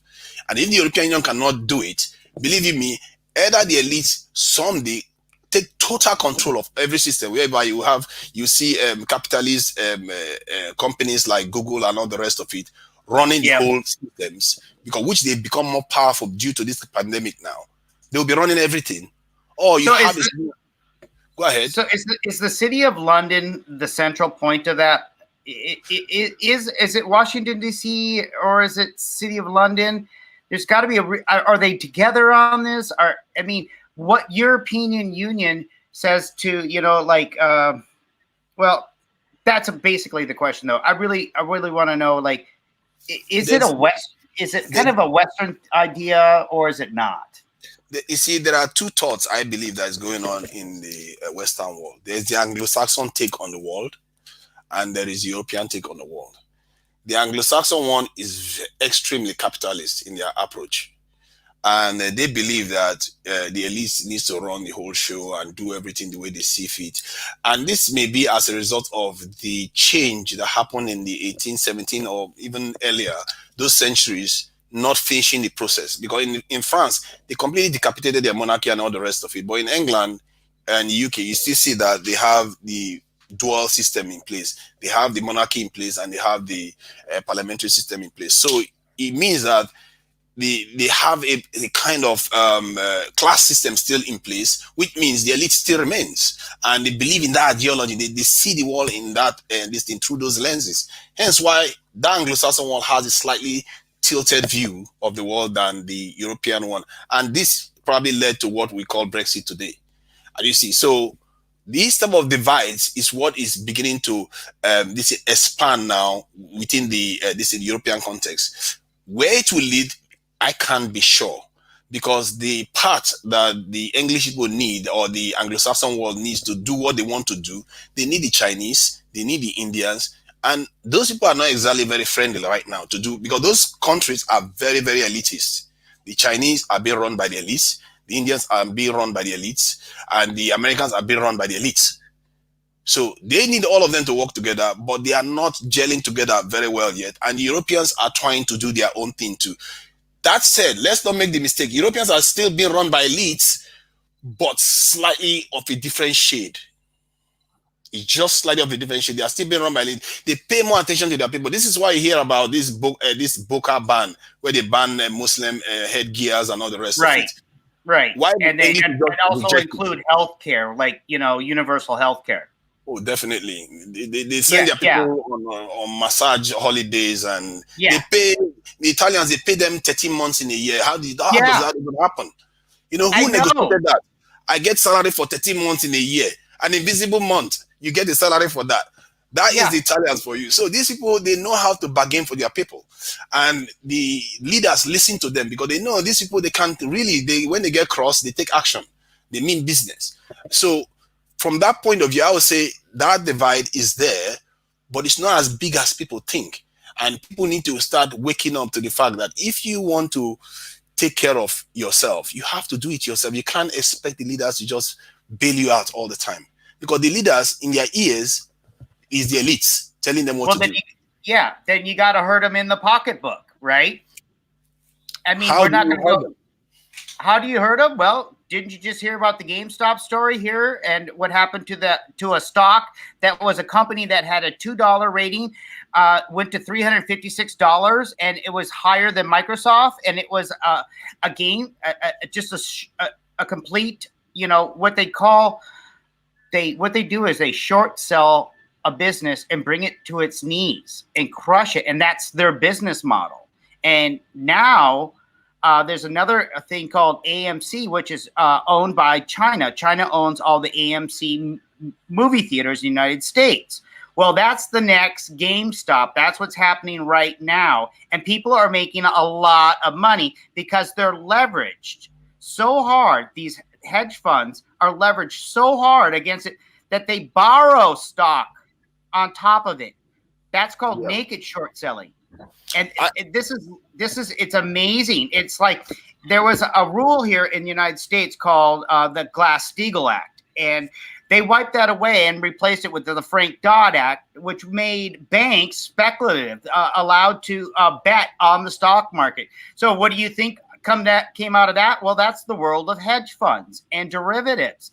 And now they've held that game in that central throne position for so long that the little guy can now use technology and get back at him quickly. And I think this is an important story. I think it's one of the most important stories of 2021. I missed that one. However, if we want to wrest control from them, we seriously have to start making demands and pressing them for it. Because if we don't push them and say, okay, you can't keep doing this and giving the elites what they want without giving us what we want. I must say, we shouldn't blow too much out of proportion, because you can see that the leaders, to an extent, they do respond, because they are not stupid. They do watch the temperature. They do take the temperature of the people. They know when the people are about to rebel and go crazy. and they try to placate them. If you look at all the kind of remedies that they try to give them for the COVID-19, they pay people off. They give people loans without even checking their credit rating and all the rest of it. They give them money. They're basically bribing the people right now. And the fear I have, the only fear I have with that is that they are bribing the people to look the other way, while these oligarchs become even more powerful and more controlling of our lives. Because like Amazon, Skype, which is Microsoft, Facebook, all of them have become more powerful because people are now relying on online platforms now to do a lot of things. People shop with online platforms. People, even for food now, they order from central systems where they rely more on these multinationals. So we are becoming more beholden to this world. These trends were always coming. The question is, where are the people in this equation? Because this automation process that is going on in the world, the exchange between people and machines that is taking place right now, what are people going to do when the machines take over? We have to have an idea of where we are going to be, because when you mentioned something about this universal this payment that the people are demanding, that is one of the small solutions people are bringing on one side. But paying to stay at home is not giving you a life. Okay. Now this is where I want to talk about this. The sentiment in some aspects are that people are going to be lazy with that money. I disagree with that. I think that that people with passion are going to come together in like a co-op type of style and pool their money into a single passion. So let's say you got a bunch of people that want to help out the Cetros Foundation. Let's say you've got them all like, oh yeah, you know what? We want to chip in every month, on that movement. I think that they're going to start taking part of that money and realizing, well, look, if this is free money, what stops me from buying all Bitcoin with that money? So if I lose my bet, like on Bitcoin, well, I got that money for free. So, I mean, you know what I'm trying to say? Yeah, I get what you're saying. If you get money for free, the people that are giving that money for free, if they see that you are doing something to undercut them, they can literally change the rules and say, don't give cash, just give them credit to buy something. They can say, oh, you are not allowed to use the money for so and so. You are meant to use it for your survival. Why are you using it for so and so? So, and they can also pass policies to force you, like now they even have the benefit system have caps on the number of children you can have. So if they cap the number of children you can have just based on the finance that they are providing you, by and large, your population is going to start dropping. It's going to start dropping, and they are wiping you out without you knowing it because they don't need you anymore. You can say it's a more humane way of doing it, but it is what is happening. The same thing is happening in China right now. If you go to China, nursery schools are closing. The drop in marriage is about 40% in the last 3 or so years in China because there are no new people coming along to get married. The population is dropping so rapidly now that because of that, their one-child policy, they are now having to make do with less population in the near future, and it's going to keep happening to them until even Nigeria is projected to be of higher population than China by the end of the century. Nigeria is going to be of higher population than China by the end of the century because of their drop in population. So these dynamics, if we don't watch what is going on, because the world is changing scarily rapidly than people even realize. This pandemic has highlighted it even more now, that society keeps functioning. I'm online because of these multinationals. Exactly. And when you hear one of the things irony that you get from people is that when government want to track you because of COVID-19, they say, oh, my privacy, I care about my privacy. And yeah, these people are very happy to go on Google and hand over their documentation and their map location and everything to Google and Facebook to track them. And if we even carry phones with a microphone on, I can talk right now. If I call Siri right now, Siri will answer me. That's literally, we have bugging devices with us, and we complain about when government tries to make any moves. This is because government has become so weak to these companies right now. And what people forget is that when you submit your data to Google, it's in a roundabout way you're submitting to another government. Google is not your national company. Google is a US company. Just like if can you imagine if the Chinese were the one that created Google? And you submit your information to Google, you will be able to be tracked by the Chinese authorities wherever you go to. What makes you think the US is not doing the same? And we submit families have meetings on WhatsApp now. We submit everything to these multinationals, and we don't even vote them. We don't vote for any of these people. They have the ears of our politicians. Yeah, correct. There's we like to call that the bourgeoisie, the people that are behind the scenes in the closed conference rooms who are making the decisions that policymakers are going to implement.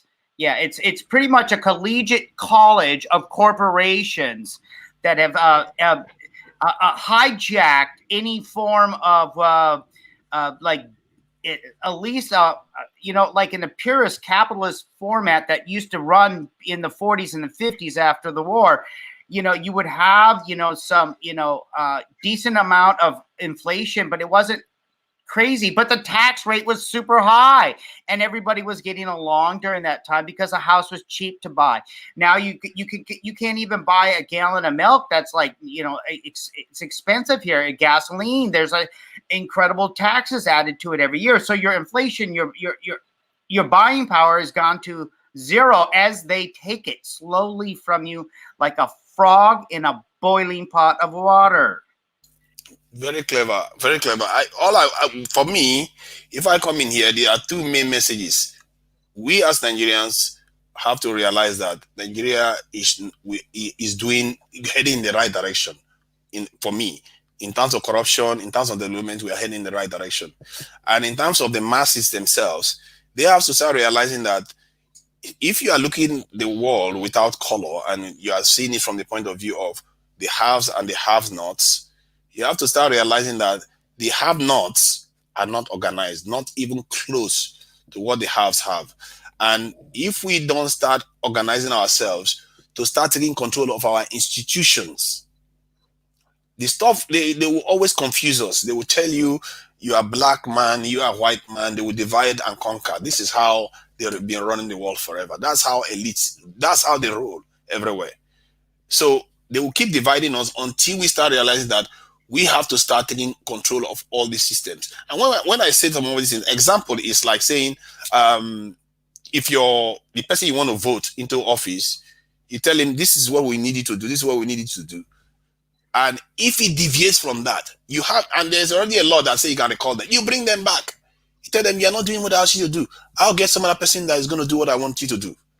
Let me cut in. How many of these so-called African rulers have been brought back? Can you remember any? None. None of them have been brought back. None. Do you know why none of them have been brought back? Because people don't know their power yet. They don't have their power. And that's why, see, everything we are looking at here, the game plan, the game structure is that let us get back our power. And just like a Yoruba adage in Africa says, the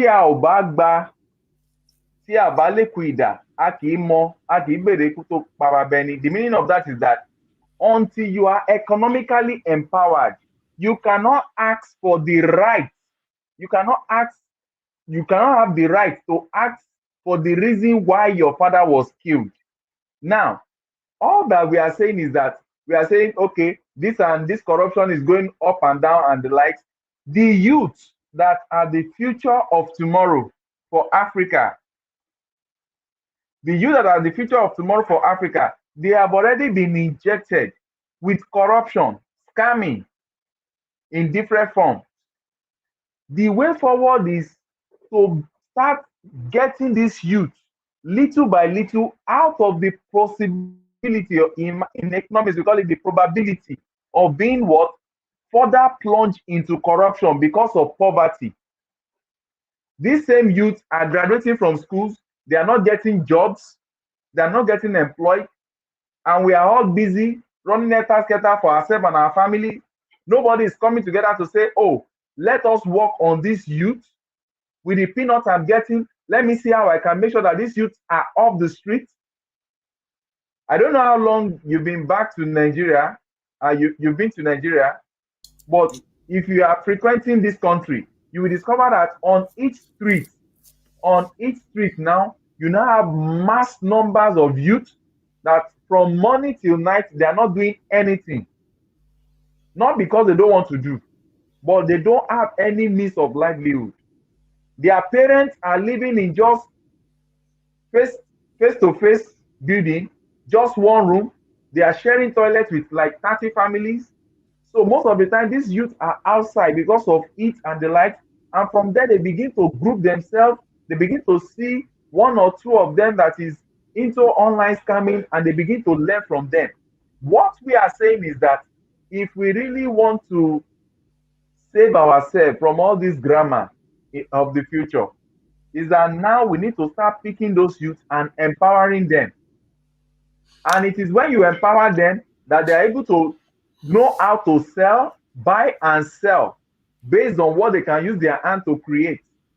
That is what will make them to be able to say, hey, Mr. Chancellor. Can I add something to that about the hands to create? Okay. There's also another little side to that on in creation. I think there's what they call stymie or a throttling when they take a man who lives in Africa, and he has like something like 9 million Twitter followers, and they don't want his message to get out. I think there's also that propaganda type of not only do they not want a financial decentralized, market to help free up this economic situation where youth are sitting on the streets and they don't have solutions. I'm sorry, that doesn't make sense to me, because solutions is what I'm here for, and I know a lot of people are here for solutions. So I'll leave it with that. But thank you. Okay. The solution. Okay, go ahead if you want to say something. Sorry, let me just quickly say this. The solution is simple and is not complex at all. The solution is that when you engage youth productively, look at this young man here that is with us now. When you engage him productively, the little time that he would have been using to risk his life at night, maybe one day he might just be fed up with life and like, oh, if I'm doing all this and I'm still not making it in life, let me join the group of scammers. But if we are engaging him now at night now, I'm sure he's even tired of this discussion. He's looking at, oh, let me go and cut the next design.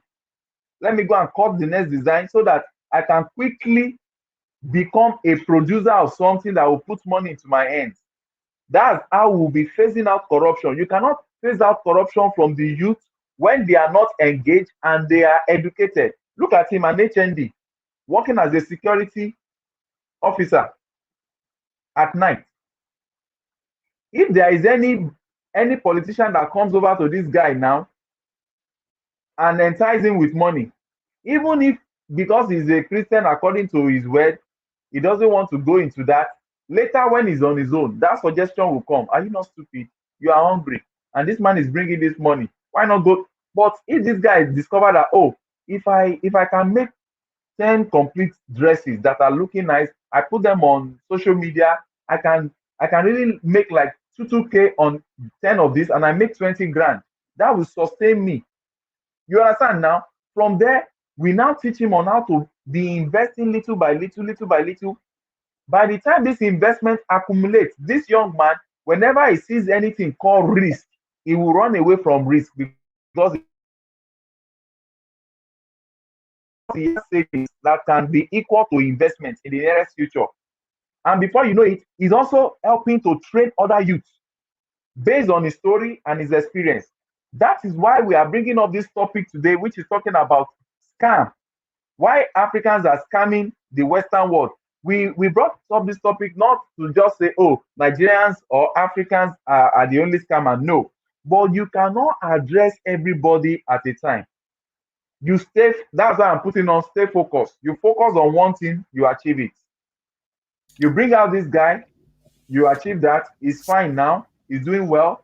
Other youths are seeing his story. Oh, so other youths that have the kind of story like his own, they can now say, oh, instead of me risking my life, I can actually become like this guy, because in the next 3 months, this guy can be making like 30K from designs that he's going to be creating. He can, by the time he moves forward, he advances production, he can begin to make 100K from fashion. Do you think this guy will be easily bought over by small food stuff that they want to share during election time? That is how we are going to let these youth have power, economic power. So they can now say, oh, we don't want to vote for you, dollar. Tell us what you have to offer by the time you get to that seat of power. And by the time they listen, I say, this one doesn't know whatever he's trying to come and do there. So let's vote for somebody that is better. But if we just leave the youth, these are the same youth that these so-called globalists, elites, whatever we call them, they will use them to rig the election, because they will willingly sell their votes because of hunger in the land. You get it deep now. I get your point on that, and I just wanted to address one other point that maybe missing in this conversation. You see, I saw a video that was released sometime in 2015 or 16 of African leaders coming together. They were discussing some stuff in some kind of forum, and Obasanjo said something about a young lady writing a letter to him saying, "I look at my past, I don't know my history. I look at the present, it's very confusing, and I look into the future, I have no hope for the future."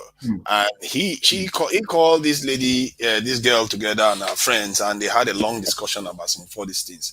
And this is part of some of the discussion he was trying to highlight on that day, because the topic has something to do with how we move forward in Africa. And I can tell you that some of the things we say here, you'll be surprised to hear that many African leaders say the same things, even more. On that day, Kagame was there. So many of them, they were saying, it's too much. We are talking, we are not taking action. This was years ago. Today, this year, there is the African Free Trade Area that kicked in. By next year, there is the common passport for Africa is going to be coming online. So the point I'm trying to make is that the African leaders know these problems. And they understand that the first step is for Africans to start trading among themselves. Because we have so much disadvantage that it's shocking that we are still around today. The disadvantages we have. We don't even trade amongst ourselves well. So that little low-hanging fruit, they've removed that one from the way now. They want to start doing that. And what do you think that will translate to? It's going to empower all the youth we are talking about. It's going to create jobs, because when trade increases, wealth increases, job increases. Those are the problems they want to start taking care of. Then when we start being able to travel from one point of one country in Africa to the next country using a common passport, then we can transfer labor. We can a Nigerian guy that has a skill set can go to South Africa to go and work, can go to Zimbabwe, and the effect of what has happened to Zimbabwe will not be that great anymore, because because of the action Zimbabwe took, there was a massive sanction that the African countries could not help Zimbabwe with. But with the African continental free trade this area, the effect will not be on Zimbabwe that much, because everybody can travel and mix and all the rest of it with Zimbabwe. So the francophone effect too will be reduced further in many of those countries. Sorry, to Niger. Yeah. I'm sorry, I'm going to sound this way. There is something about me. I have shut down to anything called government. I have shut down to anything called government, whether foreign government, local government, any government. What my mission on this earth is a single vision: community. Are you with me? You have to be careful about it. Let me explain why I will tell you. You have to be extremely careful. Let me finish up what I just wanted to say so that I don't forget. See, the government, we ascribe so much power to this government, and that's why they still remain as government. By the time we bring the power back to the community, because by the time you bring the power back to the community, you remember those periods that a whole village will come together and contribute to send a brilliant child in that village abroad to go and study, with the mindset that, oh, if this is all we have, let us sponsor this one that is educationally inclined so that by the time it comes, it brings back the good to the community. And that was happening those periods until we now have too many graduates on ground and lesser work, which is the situation we found ourselves now. Now, the government we are talking about, we don't need to rely or wait for this government. We, the people, need a mind reset. So look at our immediate community. Let us see how we can empower this, empower that, empower this, empower that, so that we will not continue to be a nation of consumers. All those stories of this thing, bringing currency together, it will do this, it will do that. It is when there is business. It is when there is business to be transacted between the African countries. That's when there will be means of exchange. When Nigeria is not producing and Ghana is not producing, and it's only China that is producing all these little things that we need.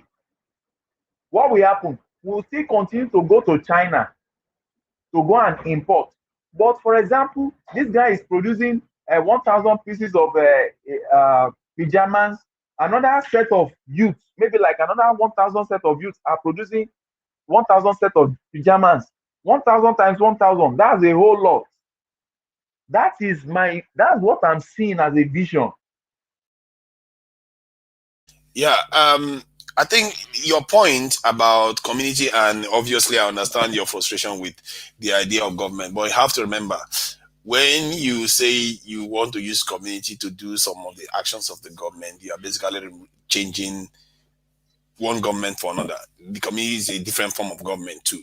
The government is it's a function of administering whatever the will of the people is, or they want to accomplish. So let's put it this way.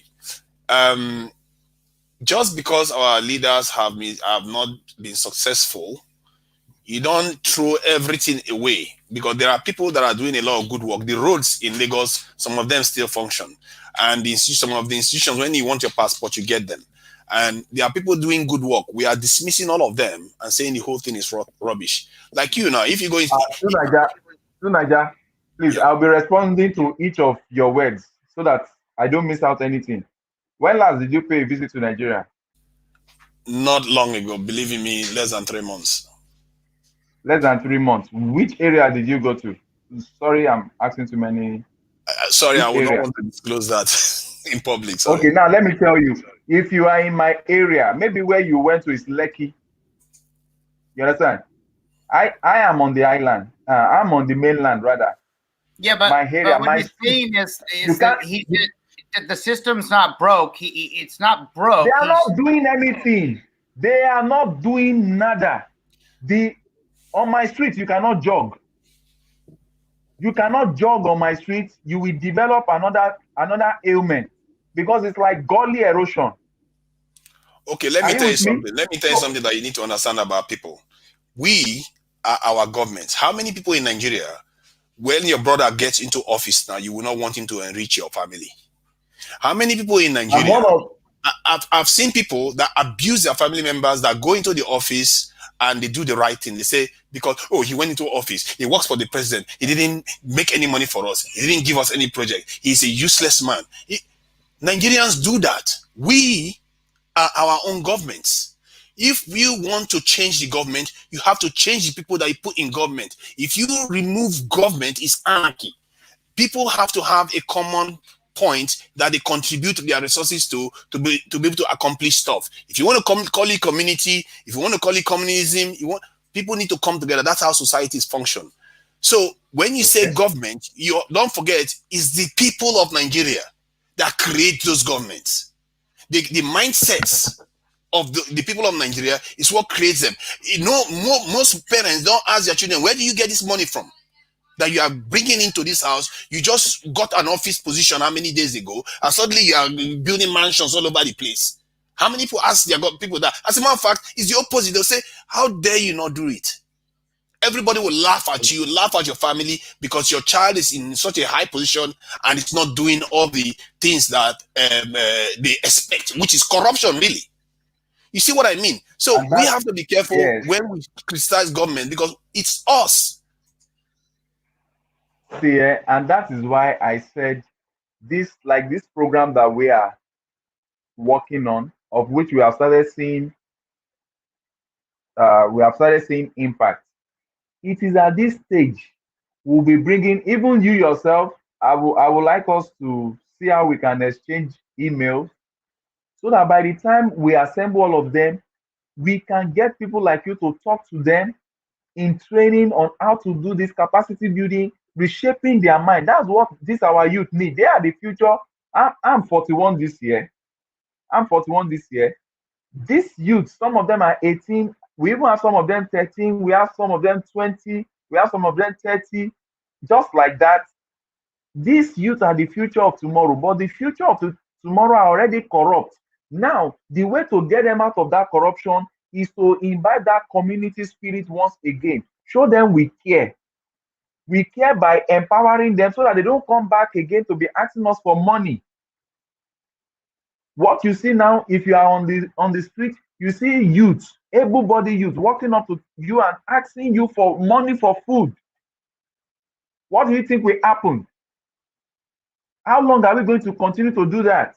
How much are we getting in life that will be giving youth here and there money for food? Anybody that gives any youth money for food is destroying that youth. What those youth need is what empowerment, and that's what really made me to go crazy, that I don't mind how it will take. I'm ready to share the peanut that I have with people and get them out there so that we reduce this stuff. If they beg for money and they don't get it, what happens at night? Some of them that cannot start for long, they might start attacking people. They might start, that's how robbery starts, because these youth are hungry and people are busy speaking big English of ECOWAS unified money. How does that affect a youth that is hungry now, that wants to die now, and his friends are telling him, you are stupid, let's do Yahoo business, let's come. How does that happen? We need immediate solution. I believe that tide is moving on. I think what you have experienced, I get your point. You are the one feeling the pinch because you are right in front of them. You have the experience on a daily basis with your people there, and it's hard not to reflect it in this way. However, yeah, good point. I would like you to understand that the direction of travel is heading in the point to rescue some of those youth you are talking about, because the industrialization is happening in Nigeria. Most Nigerian cities and towns are like construction sites now. There are so many projects going on, and the African wide continental project that is going to be taking place, because they want to create rail roads and paths to connect all Africa together that they don't have now. It's crazy. Africa is starting from the ground right now. That base, really base. So there's so much potential for expansion. And I believe in the next 5 years, some of these things you are saying now, your concerns would have been reduced. I've had my own experience in Nigeria now, where you see some of the youths, some of them, they are in Nigeria, their eye is so high up there, and they are able to do great things themselves. And some of them, they want to go and study overseas and do all kinds of different things, because they are beginning to be aware now of things, options. Let's put it that way. This journey that you see them heading towards the North Africa and experiencing all kinds of horror, all that will start, if anything, reverse. There are many people in the diaspora now that are looking to go back. Why would you want to stay here when the economy here is already saturated, and you see an African economy that is expanding, that has so much scope for expansion? So I understand your despair, but be aware that the direction of travel is good. Now, this comment that's on the screen right now, Deo, this is a really good comment. Nigeria have 129 millionaires and 15 billionaires and will not completely fund public education. So clearly, it's a mindset not to help pull up your own. Now, okay, let me respond to that. Okay, can I say something first? Can I say something real quick? Okay. Yes, now, what strikes me about this is the word philanthropy. Once again, this is the Bill Gates. This is the type of mentality that they will you know, and I understand about the public, but you know what? Bill Gates will fund the vaccines. Okay, so I'll leave it with that, Deo. I'm sorry. Okay, thank God that you already know what you are saying. Now, let me start with Miss Ruby saying public education. Fine. I hope that people start changing their mind towards the use of philanthropy within these 129 millionaires and 15 billionaires. The issue is that even if these billionaires and millionaires want to help the poor to bring them up, you know what will happen? These millionaires and billionaires, they are so busy. So they hand over the money that they want to use for support. They hand it over to somebody that they feel he or she is trustworthy. But let me tell you, more than 70% of that money goes into the pocket of that one person. So it never gets to the end user, to the people that really need the help. That's the challenge. You understand the gimmicks? Then another thing is, what kind of education? If you are a philanthropist and you are spending money on the normal Western education for the Nigerian youth, I am sorry, I can be quoted anywhere. You are just a waster of your own resources, because the school they are going to is ill-equipped, is not preparing them to the real world where they can become productive. And as such, they are coming out from that school to come and join the queue of unemployed youth. So people should have, even the billionaires and the millionaires, they need reorientation that what Nigerian youth needs is production line. And this production line can be in cubicle. This one is producing 50 shoes.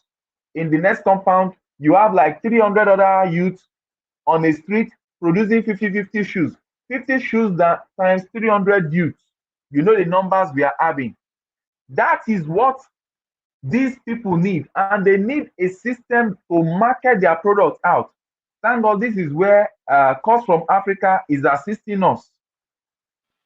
Okay, but please address the part, but address the part where it's a mindset. What is your thinking about a mindset? Do you believe that it's a mindset? Yes. The mindset is that they've tried it didn't work because they went the wrong way. They were putting money that were supposed to be used to pay for training of those youth. They were putting it into the hand of supposedly trusted allies, and that money will never get to the real end users. And that is why the model we adopt in this our foundation is that we don't give any youth a dime. We pay the trainer. You understand? We pay the trainer, and when it is time for us to buy machines for them, we don't give them money to go and get the machines. We ask them to go to the market.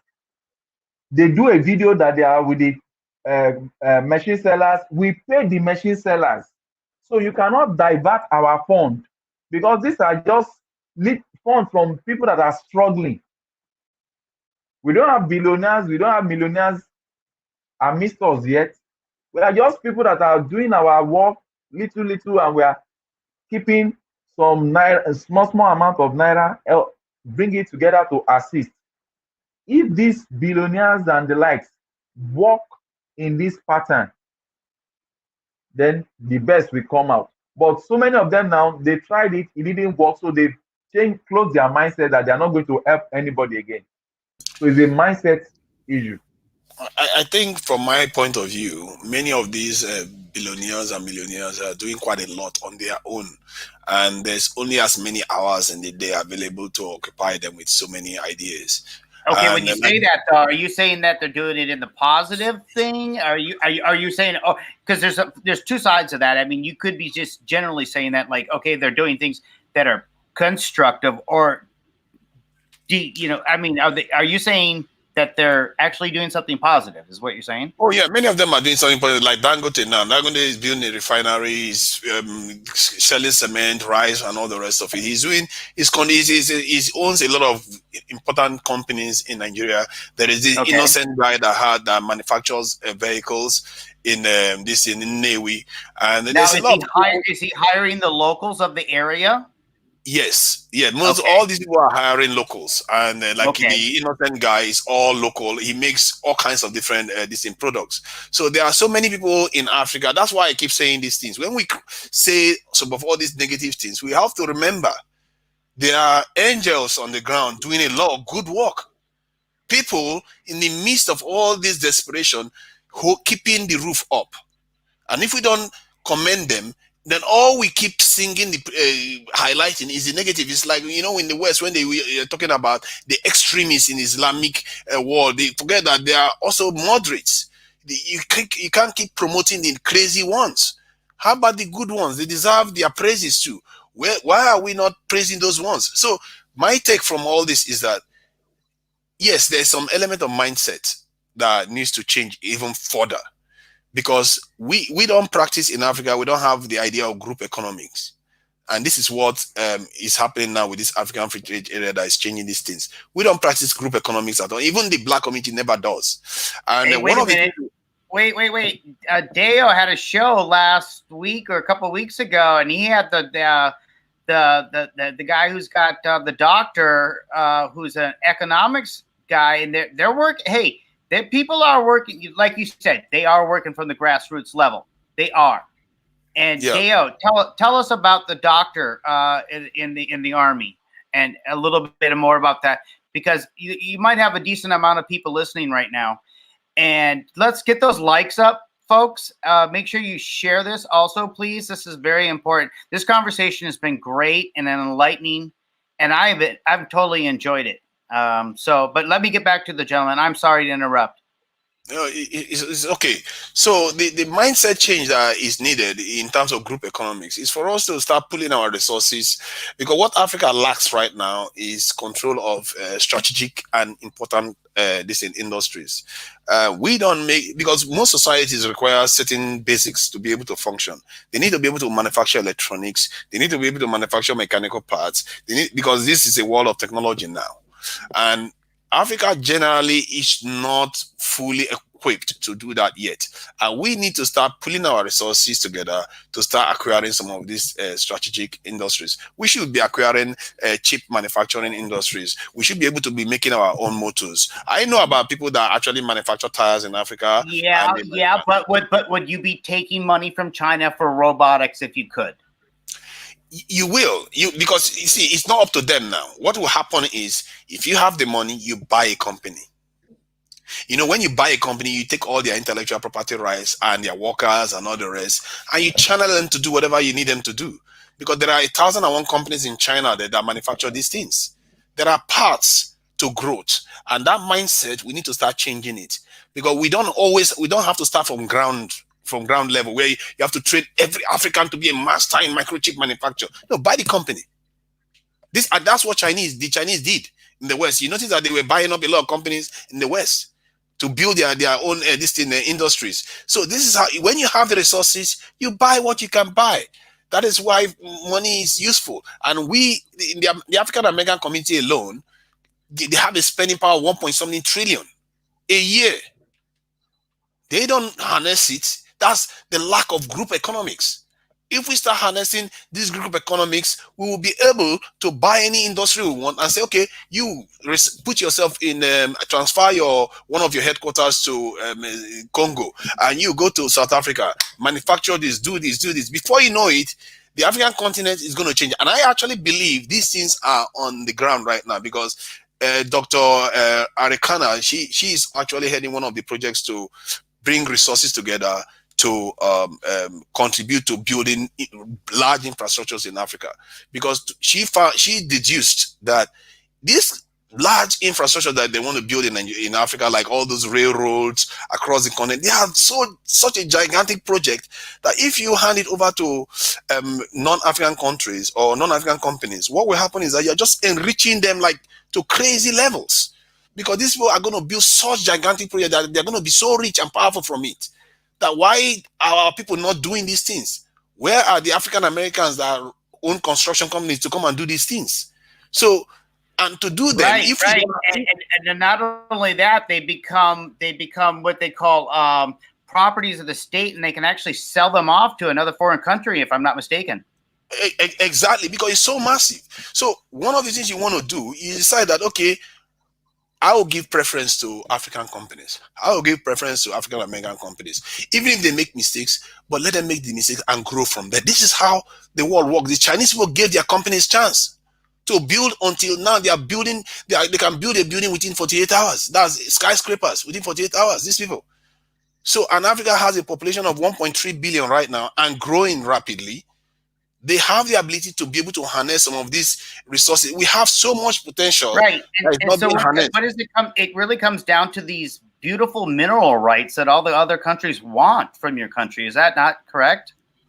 It's the minerals we have in Africa is. Yeah, but they want to own the rights to the minerals, right? Everybody wants to own the rights to the mineral. It's what they want that they want, but it's up to us to allow them have what they want, isn't it?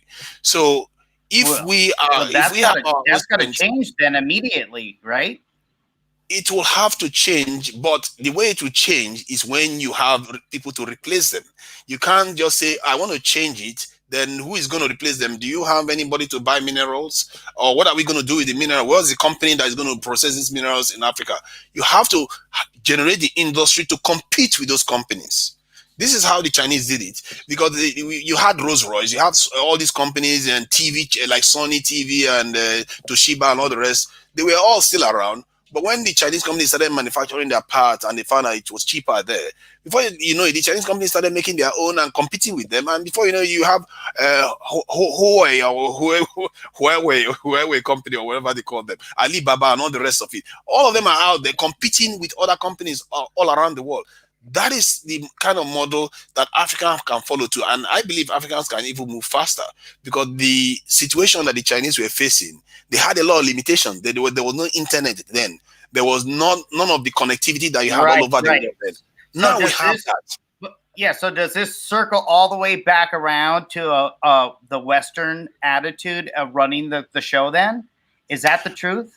It does circle back to that. And the truth is, this world, people don't interact based on being kind or because I'm nice. It's all about power and what you can get away with. If you can get away with it, you will do it. If Igbo man can get away with what he does to an Hausa man, they will do it. If a Hausa man can do something to a Yoruba man and get away with it, they will do it. It's just how the world works. It's not the ideal situation, but we have to now make it so that if they cannot get away with it without it costing them, then they won't do it. If they try to do something and you know that, you tell them, no, you can't do this because the price now has changed. And if you don't want to trade with us anymore, fine, we'll trade with China or India. Then next time they will think twice. What are you going to do? If you find that you cannot remove the government the way you normally remove before, what are you going to do? You will have to do. What you gonna fight sanctions? Is that what you're gonna do? Are you going to call on the UN for your help? Or, I mean, how are you going to get around that? In the end, the way they work is that it's either they have the power to remove you. If they have the power to remove a leader that doesn't do what they want, then they will do it, because it's all about power in the end. But if then they could claim certain leaders in African countries are dictators, and then they could actually come in there forcefully and remove them. Is that what you're saying? It would not be possible. They will try, but they will not do that. Okay. They will not do that. And one of the things I always say in Africa is that one thing people never notice, and I think I noticed that just by deduction, is that the US, as powerful as it is and as warlike as US has been, they never been to sub-Saharan Africa. And they never really invaded sub-Saharan Africa. There's a reason why. Because they have 40 million African Americans in there. It's like you being from England, and England goes and invades Australia. You're going to be like, yeah, I have a nephew there. I have an Aussie nephew. You can't just go and start destroying Australia. That's not how it works. You see what I mean? Okay. So, because I've seen people here, I've seen students here in the UK that, you know, when they were this attacking Iraq and all the rest of it, students from the Arab world and Muslims, they leave their school and board planes to go and fight for their people. During the Ethiopian war of the 1930s or so, during the Great Depression, when Ethiopia was fighting Italy, African Americans were donating money, coming together, and they wanted to go and fight in that war. That taught the West, probably America, a lesson that these people that we have here, they can be a problem if we are trying to go to a black country. Because they were willing, they had thousands of African Americans ready to go and join the war. As a matter of fact, one of them was a major captain that influenced the outcome of that war, which Ethiopia actually won. So, can you imagine the US and its soldiers going into Africa today with black soldiers, because many of the black soldiers are actually infantrymen and people that are on the front line, to go and attack an African country? It's going to be very awkward. Yeah, I think there's a movement in America called Black Lives Matters. I think they would have a lot to say on that. You see what I mean? Hence why they don't do it. And the reason why I mentioned that is that the leverage the African Americans have, they have never been that conscious to it. They don't know the power they have. They have all that powerful spending power, 1.4 trillion. They have political power. They've not even harnessed it at all. Nothing like the Israelis do. Because their proximity to power. America is by far the most powerful country in the world. By far the most powerful country in the world. And they are close to these powers. And they never fully harness the power like the Israelis do. Because the Israelis, do you know how the US backs Israel on everything? At the UN, everything the Israelis want, the US backs. Oh, wait a minute. You got to get this checked out to talk about this with Tetros before you go to that subject. Pardon? You said what? Deo, do you understand the subject he's about to get into? Do I do what? The gentleman is speaking of Israel influence in American politics. Do you understand that? A bit. Yeah. Okay. That happens in the US and happens in the UK.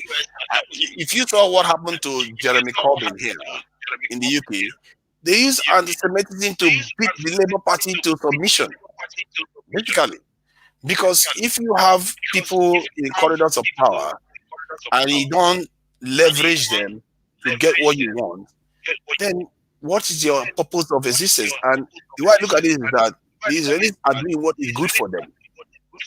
And the same can be said for African Americans. They need to do what is good for them and the African continent. If they see, like the French nation now is meddling in African politics and messing the continent up, they can like say, okay, enough is enough. You can't do that nonsense. You need to stop it. And if the French decide that they're not going to listen, fine, I'll leave it to the Russians. Okay, Because I think Nigeria is loaded with so many information, and I think we want to wrap up now so that we can help this young man. Is returning back to duty tomorrow morning. This is almost. I think that him listening to this was very helpful, by the way. So just want to let you know on that, because this gentleman that you're speaking to is very, very on the ball. And it's refreshing to speak with an individual that is enlightened in a worldview that I much appreciate, and I want to thank him personally. Thank you for all that. I just felt like I needed to contribute my 2 pence on all these matters. Because yeah. Sorry for cutting in. Just for us to wrap up, what will you now say? What's your take in 1 minute? What's your take on why are Africans scamming the West? What's your take on that? How do we address that matter so that we can get it rested? One, that is going to pass. And secondly, the reason why Africans are scamming the West is quite obvious because they is one of the easiest ways to make money. Instead of going to dig a ground, go and dig for coltan, go on farms, trek for miles, carrying wood and all the rest of it. All you need is a laptop, and you talk to somebody on a dating website or something, and you get money out of it. You can see why that is attractive to any young person. Human beings take the path of least resistance. So, but that said, the direction of travel away from that. 5-10 years, this is not going to be the big issue of Africa. And this scamming stuff we talk about is petty. You know, it's petty compared to what the West is worth. The amount Africans are getting from them is nothing. One company can scam that from their own citizens in one project alone in the West here. That's something I feel people need to understand, that if you think, if Jabin that was a big problem, by now you would have heard about it. The people this scamming news does damage to is Africans. It makes Africans look bad, while in reality we are not doing any damage to the West compared to the damage that they inflict on themselves here. Because I've seen cases whereby they give projects to friends that don't have any experience in that field at all, and the project fails, and the government writes off the whole amount, like 40 million pounds, 50 million pounds here, 10 million pounds here, 100 million pounds. They just write it off, and the money goes into oblivion. So we keep things in perspective on this matter. Okay. I thank you for that end note. Over to you, Jim. As far as the scamming question goes, there's no way you can pull off scamming unless you have something above it used to take advantage of a economic situation where even if population was considered, the knowing result would be complete fraud. I just can't look at it as something Nigerians do in a sense where they are creating any physical contact with a person or any type of bodily harm, that they can feel a little better about themselves. But like you said earlier, that negative energy is going to turn around on them every time you're going to do that. It's not going to help them. So that's where I stand on that. Okay. Over to you, Richard. What's your concluding part to this? Hello, Richard. It's like he's frozen. Richard, can you hear me?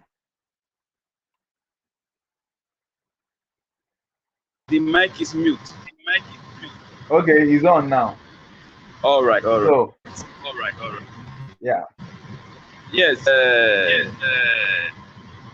My wrap up is that crime is never a way forward in any way.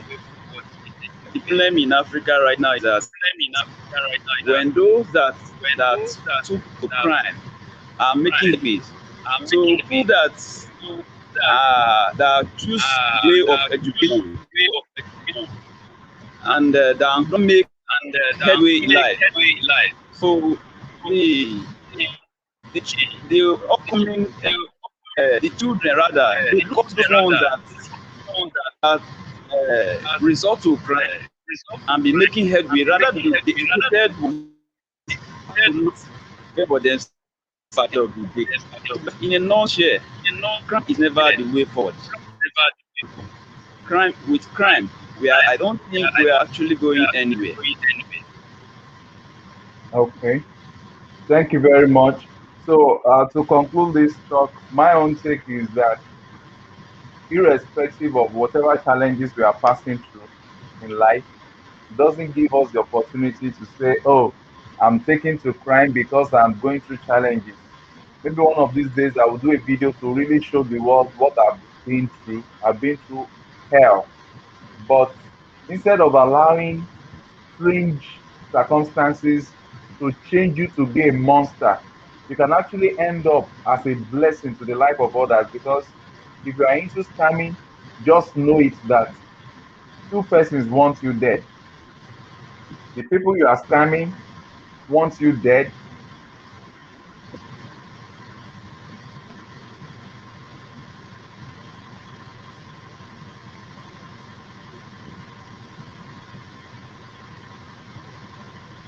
Just dropping dead. I'm talking of your career dropping dead. I'm talking of your normal reasoning dropping dead. I'm talking of your future dropping dead. I'm talking of your prospect dropping dead. I'm talking of your dignity, your self worth dropping dead. I'm talking of you being a positive image to even your own children dropping dead. So you are already dead before you are dead if you are into scamming. I am not here to condemn anyone that is into scamming. I'm just making a passionate appeal that let's direct that energy, the same energy that you use to lie to people that you are operating a company that you are not operating. If you put that same energy to really set up a real business, I tell you, you will be another billionaire that Africa is waiting for, so that you can now help the suffering youth in Africa. With that being said, I would like to say thank you so much to Niger. Thank you, Jim. Thank you, Oyoko Richard. We are watching you. All eyes are on you. We want you to be the best, and we'll be showcasing your report to the committee. So we really appreciate everyone. It's nice time. Take good care of yourself. Till next week when you'll be seeing myself and my beautiful wife. I say bye bye. Bye. Okay, bye.